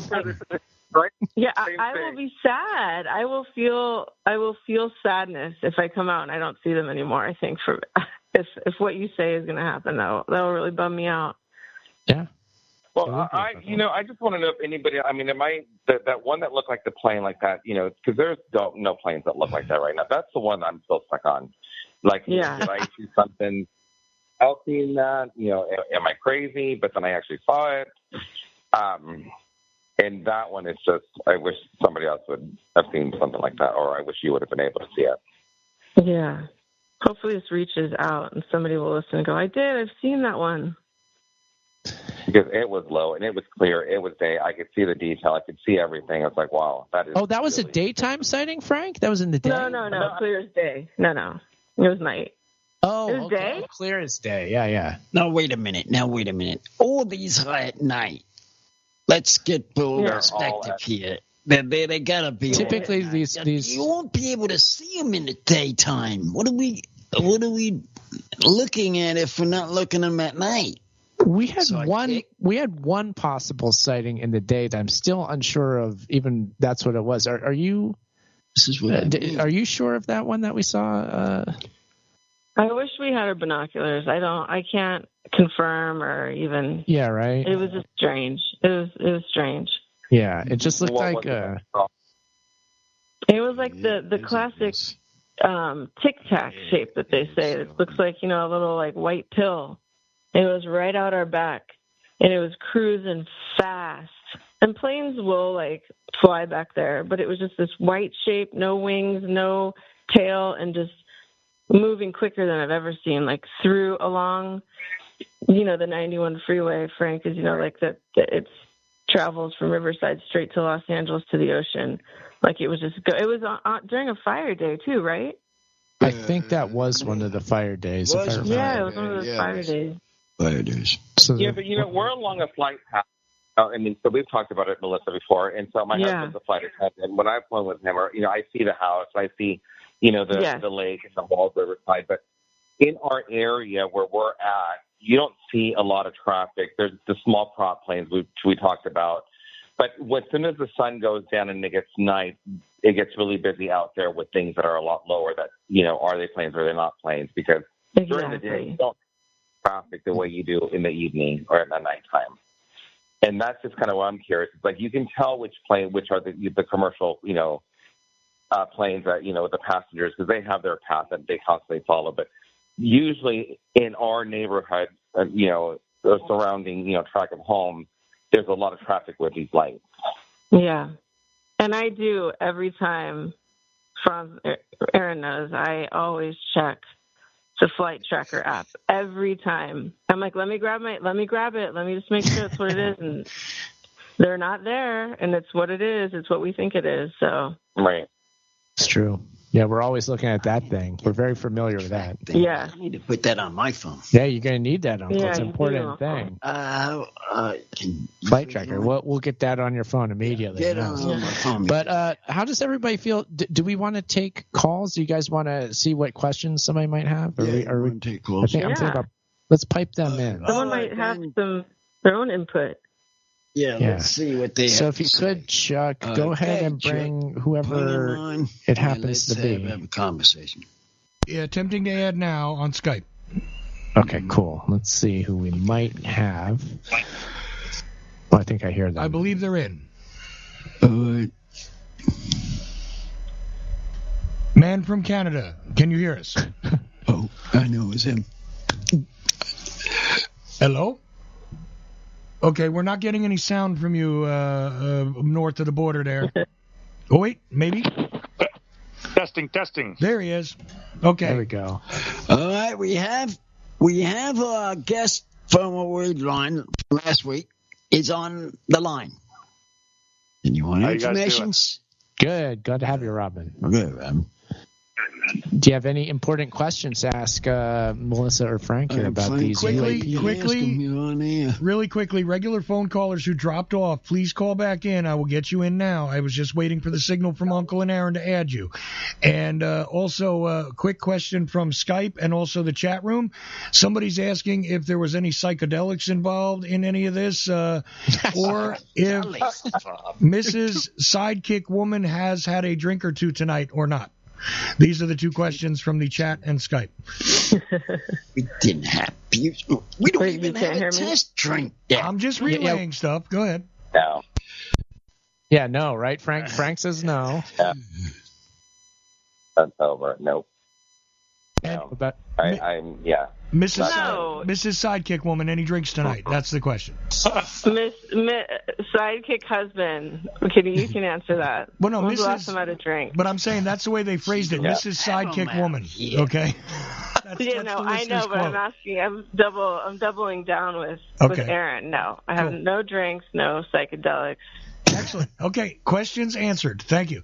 And again, callers who are on the regular phone line, 319-527-5016, call back in. You will get in quickly this time. Thank you. Okay. So no to that. So that's that answer. That question's answered. Let's go back to north of the border, Robin. Robin, back to you, sir. What are your thoughts on this? What are your questions about this, if you have any? Greetings. Well, I'm just kind of curious why these UAPs haven't been visiting my city, because I haven't seen any personally. Any thoughts on that? Victoria, BC, calling in. Have you checked online or other applications to see if other people have seen them in your area? No. I'm wondering maybe I can do some research and let you know. Yeah, nice. I think that's an excellent question there, and I think you would probably require more research because due to my following of certain phenomena, I note that in Canada, they don't run to the TV or the internet and stuff as fast as we do in America to report stuff. They just kind of go, "Oh, well, that's curious. Okay, well, I guess I'll wait and see if anybody else is talking about it," and that's it. And they don't get excited and rush to things and be like, "Oh my God, I saw stuff in the sky." So there could be people sitting in various parts of Canada going, "Well, that's interesting," and not saying anything. Like that is a true. Sort of a I don't know, a characteristic of Canadian people. No offense to you, Robin, at all, but that is just normal, yeah? I suppose. I can't say I have any anecdotal evidence of that per se. But well, Canadians see crazy stuff sometimes, and they're a little more laid back about it than Americans, is what I'm saying. You know? Yeah. Would you agree? It's true. I would say so. See, there's nobody in the America side of this that's going to disagree with me, but I'm curious if you would agree with me. Yeah, but other than what I've seen, like I've never even researched our area that, if it was out here, just what I would see, on the TV. Or yeah, but if looking out the window. But what I'm saying is, right, but what I'm saying is potentially if Canadians saw this stuff, they're just more laid back and they don't rush to report it as quickly. Okay. That's what I'm trying to say. And that's generally the attitude I see when it comes to strange phenomena or biker gangs moving into cities or all kinds of things. They just don't get excited. They just kind of go, yeah, that's kind of happening. Okay. Another thing is that I'm not out in the evening. So it might just be that. That's what I was going to ask because they might the be temperature's cold. Harder to see. Harder to see in the daytime probably too, right? Yeah, exactly. Yeah. Okay. So, those are a couple factors we got to consider here. Yeah. Do you have a lot of trees where you're at too? Near military bases, there is a Department of Defense installation not too far from the city of Victoria. Navy folks. However, Yeah, but you're saying about the trees there, Sidewoman Kick, about how they could obscure your view. Are there trees around? That's kind of tough too if you don't have like an opening to where it's so wide open. I'm in the city on the 4th floor, so I do have a pretty good sky view, but I'm not out there staring at the sky too often either in the night. Yeah. So you got to do that. That's what you got to do to see them. Right. Yeah. You got to do that. So I got to bundle up and take a couple of hikes out there. Yeah, bundle up, sit out there for an hour and just look, notice some things that are moving around that shouldn't be. Maybe I'll do that this week and I'll report back. Yeah, okay. That'd be good. That'd be good. Please do that. Aaron, just one note on the YouTube stream. Uncle's volume is slightly about 75% of yours. I don't know if there's any way to. I just turned a knob. Check that out. There you go. That might have helped. There you go, Uncle. Yes, you're in your proper place now. Yes. But I've got I got a buddy over, so I'm going to get back to chat with him and stuff. But I thought I'd just call in, say hi, and all right. Tell you Big Gerald Sanders is out there. Thank you, Robin. We'll talk to you soon, man. Get out there and see what you can see in the Canadian sky. We'd love to hear it. I'd like to hear. Talk to you guys soon. Yeah. Yeah, but I guess back to us, and let's go back to Frank. Frank, are you what gets you looking at the sky? Do you look at the sky often? You go outside at night? Like, what's going on? What makes you see these things? What's going on there? Morning, day, and night. I'm constantly looking up. It's supposed to be more now. I don't know. It's just, I've always had this fascination. I've always been fascinated by this stuff. It's like, we can't be the only ones here, and I think there's more out there. And like I said, ever since I saw that one in my 20s, I'm like, something's out there. It's not just that. It's like something doesn't come out of the ocean and go into the sky. So it's just ever since then, I walk and I look and I'm constantly looking, and David thinks I'm crazy, who's my husband, just because it's constant. Where are you? If you're looking for me, I'll be outside looking. I'm like, what's up there? I don't know. I'm just fascinated by this. You need to ask David to ask the pilots what they've seen on his next flight, because he flies international all the way to New Zealand and back. They for sure have seen them. I've seen so many videos. Yeah, so they have, I guess, so most pilots are afraid to talk about this kind of stuff, from my understanding. So his sister, or his brother-in-law is a pilot for UPS, I think, I want to say. He's come out and said that he's seen, he sees things like this all the time. But most pilots don't want to say anything from what I've heard, but they do see them. Trying to see it so much that it just, who are you going to tell? What are you going to tell? Hard to explain from a pilot standpoint. Maybe. Yeah, I could see how, like, as a professional, you wouldn't want to get into it because it makes you look bad. It might jeopardize your career or whatever. So that makes sense. It makes sense. It makes sense. It's attached to. Can you imagine, like, just attaching anything like that to your career? Like, when I think of even, like, if I were to go about even attaching this show somehow directly to my day-to-day job, that doesn't jive. You know what I mean? So it's like a similar thing to that. You know what I mean? Yeah. Does that make sense? Yeah. I don't know. And I only started this for doing it on the side. I started all this thing to do it on the side for me. That's right. And look how far it's gotten. Side kick, side woman kick, so much on the side going on right now. That's a side. Yeah, well, it's a side project. Side project. That's what actually it is. Uncle the side project. That's what it was supposed to be, and that's what I had it started as. And it's still going. What was the main project, Uncle? What was the main project that this is the side project? Sweeping? Well, it was no. It was making his food and stuff, and people wanted to see. Oh, you're talking about your food videos on Instagram. Food videos and stuff. Okay, your TikTok. That comes first. That came first, and then after that, it followed. Up there it comes. Well, Uncle the podcast is its own unique animal. There's no doubt about it. And I feel like it's different in that it was born out of our just everyday lives and saying, hey, look, our everyday lives are interesting. Let's make this into a thing. But what I'm saying is, back to the weird point we're making, is that I can understand how a pilot wouldn't want to deal with this. It's like, I just want to keep flying and not have to worry about this. And I'm sure they have their ideas about it, but they probably just talk to, the people or maybe it's an underlying rule that you can't talk about it, that, hey, you're going to see this, just zip it. Yeah, my understanding they're not allowed to talk about it. They weren't, because I think a while back they were encouraged to come out and speak out about it, but a lot of them just kind of don't want to think, people think that they're crazy, Yeah.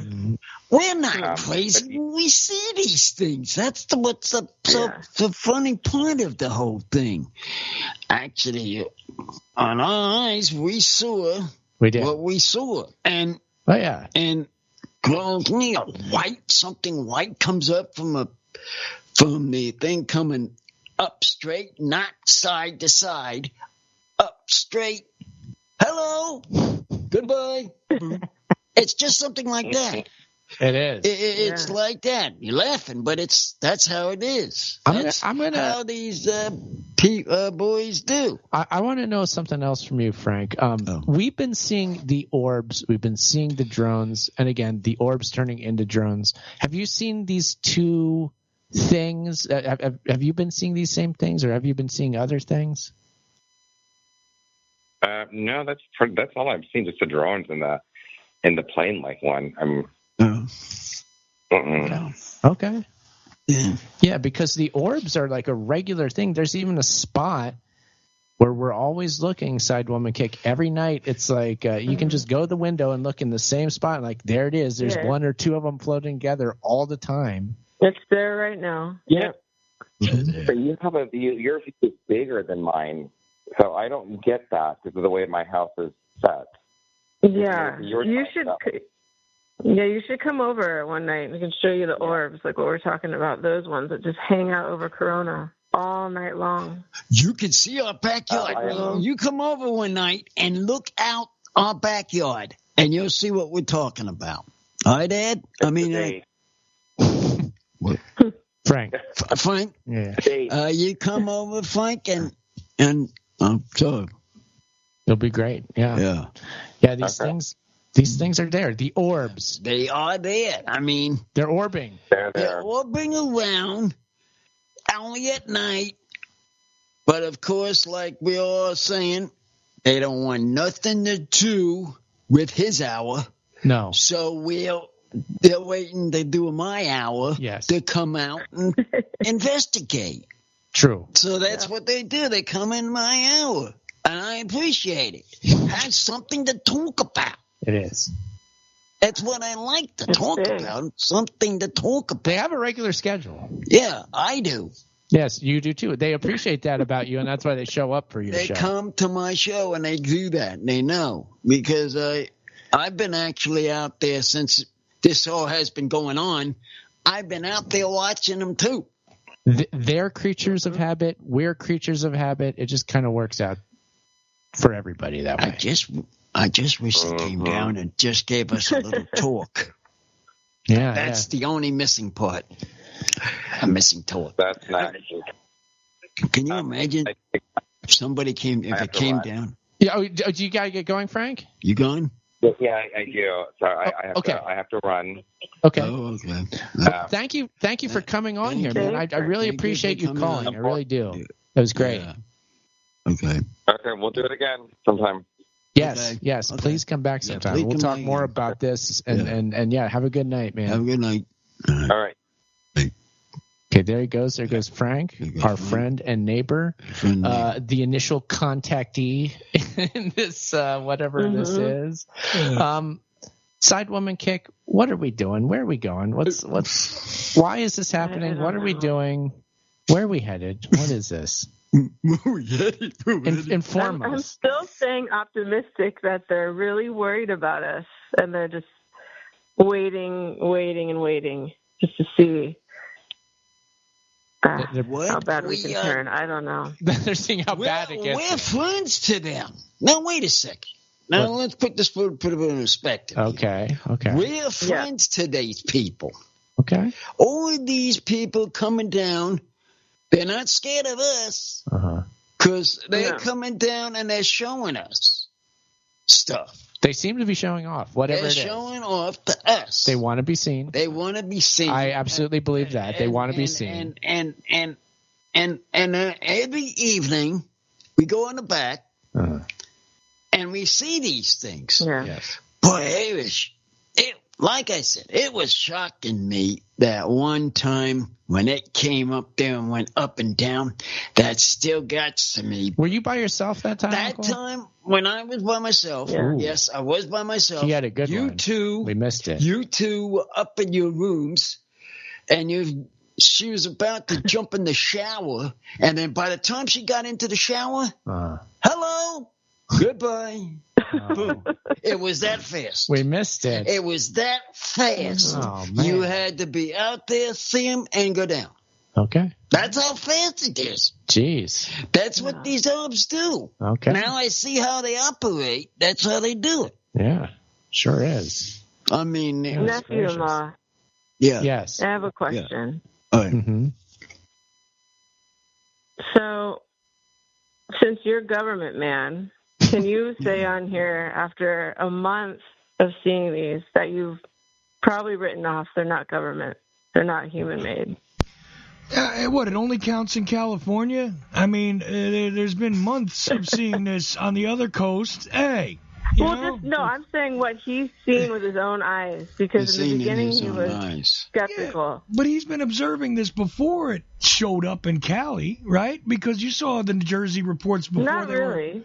Well, the thing that's different about that, Chuck, was it was just secondhand accounts. Yes, I heard all these people talking about it. AI videos. He had a lot of so there was some fakes. Thing is, until I believed that people were seeing something. However, yes, in this age of advancing AI imagery and in this age of advancing drone technology, so you weren't without 100%. me seeing it, Okay. I was like, something's happening there, but what is it? I don't know. Okay, so until it showed up in your backyard, you weren't 100% on. Yeah. Okay, just checking. Go ahead. Correct. Well, I'm trying to play it safe here, Chuck. I hope that I continue to do that, and I'm trying to remain skeptical and not just going off the deep end believing what I feel like I want to believe, because I feel I've done this in the past. I want to catch myself from doing it again, quite frankly. And wait, what was the question, Sidewoman Kick? No, you're kind of answering it. Yeah, I mean, look, I'm open to anything. What I do know is that these things are real. I see them, as we're saying, we see them every single night. I have not seen them any other time in my life except for the beginning of this year. Yeah. And now I see them every single night. That's a very crazy dichotomy. To go my entire life and not see anything like this, to going every single night and seeing several of them constantly, basically all night long. They're there. I can just go look out the window and there's a couple of them flying around. Okay. That's pretty wild. So it's definitely there. I said that. Yeah, right. There's no denying it. It's something different. It's something. It's something different to see. Yes, and my point was that it is to see something different than the same old stuff. All right. Now speaking of same old, just so you know, you're running overtime now. Okay. And yeah, can you believe that? Oh. And I'm talking this. I can imagine. We're doing a good job tonight. We're doing a good job on it then, Chuck. Yeah, exactly. Make it a little longer. Hey, I'm just letting you know you're already over. All right.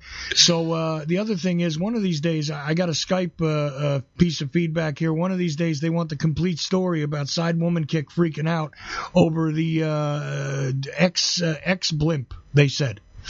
So I vaguely remember that. There was like an X blimp in the air or balloon or something that was flying overhead and freaked her out. Is that true? Oh, no. It was the first Elon launch, right? About 8 years ago. Leon launch. You guys, this was the first launch. I didn't know it was happening. You can imagine anyone seeing the bright white streak. Right. I freaked out. I was like, what are we seeing? I didn't know it had launched. It was off Vandenberg. Right, and that was I think that was his initial satellite launch. Okay. No, I'm just relaying the message from Skype. I have an excuse. Yeah, no problem. I'm just relaying the message from Skype because they were asking that question and challenging, whether you're overreacting. But then they answer their own question a little later by saying, but Franz is saying he's seeing it too. It's not just Sidewoman Kick in this stewardess. He says Frank is a stewardess? Yeah. I didn't hear that Frank is a stewardess. Okay. No, he's a designer. Okay, he says he's called Frank a stewardess. I'm sorry. But he said Sidewoman Kick and the stewardess over there might see it, but Franz sees it too, so I know it's not an overreaction. But that's what he says. But I do get excited. I do overreact. Okay. That's me. So it's not outside of the realm of possibility. So it's not outside of the realm of possibilities that you could overreact. No. Okay, just checking. I'm not trying to make this isn't my feedback. So okay. Anyways, guys, you're already over by about 7 minutes. So I mean, up to you. Okay, well, look, we can close this out here. I think we've made our point. I'm glad that point tonight. I'm glad that Frank came back came on. Came on, actually. That was cool. That was nice of him to come on to explain what he's seen. That was a pleasant surprise. I like that. Yeah. So I think what we're getting together here, and I think what my purpose is in this is like, look, this is a family affair within the house. We're seeing this every night here from our house, but we're also, our friend and neighbor is also seeing it. So it's a neighborhood thing. It's a neighborhood operation. But it's bottom line is to see what's in the sky. Yeah. And that's exactly it. So our day-to-day experience is corroborating these strange reports that you're hearing online, which as you were saying, side woman kick, like I was having trouble believing because, so much stuff hits me from online. I won't allow myself to believe it anymore because there's so much stuff that should not be believed, frankly. My belief and my shows better start believing. Okay. Your shows completely different. Don't stop believing my shows. Okay. That's all I can tell you. This is the ultimatum for tonight, Uncle? Yeah, ultimatum. That's the theme song. Okay, I'm glad I know what I need to do. Right. Yeah, so, I mean, these things are real. We're seeing them. It's exciting. I'm energized by seeing these things. You know that. Right. So it's a little spark of optimism in a really tough time. That's how I think of it. So it's Yes, absolutely. And what gets me is Nana getting out there and looking. That's what's getting me. I was shocking. I was shocking at just her looking at it. It's what's got me going. It's getting serious out here. But anyway, let's close this out. Side woman kick. Would you like to give any shout outs tonight to anybody? Go ahead. I'll shout out to Frank. Thanks for coming on. And we got to get together and come out here and look at some more orbs. Mm-hmm. Orb party. Okay, well, thank you for coming on here. Orby. Let's see here. Uncle, do we have any shout outs that we need to give, you think? It's basically just us and my better half here.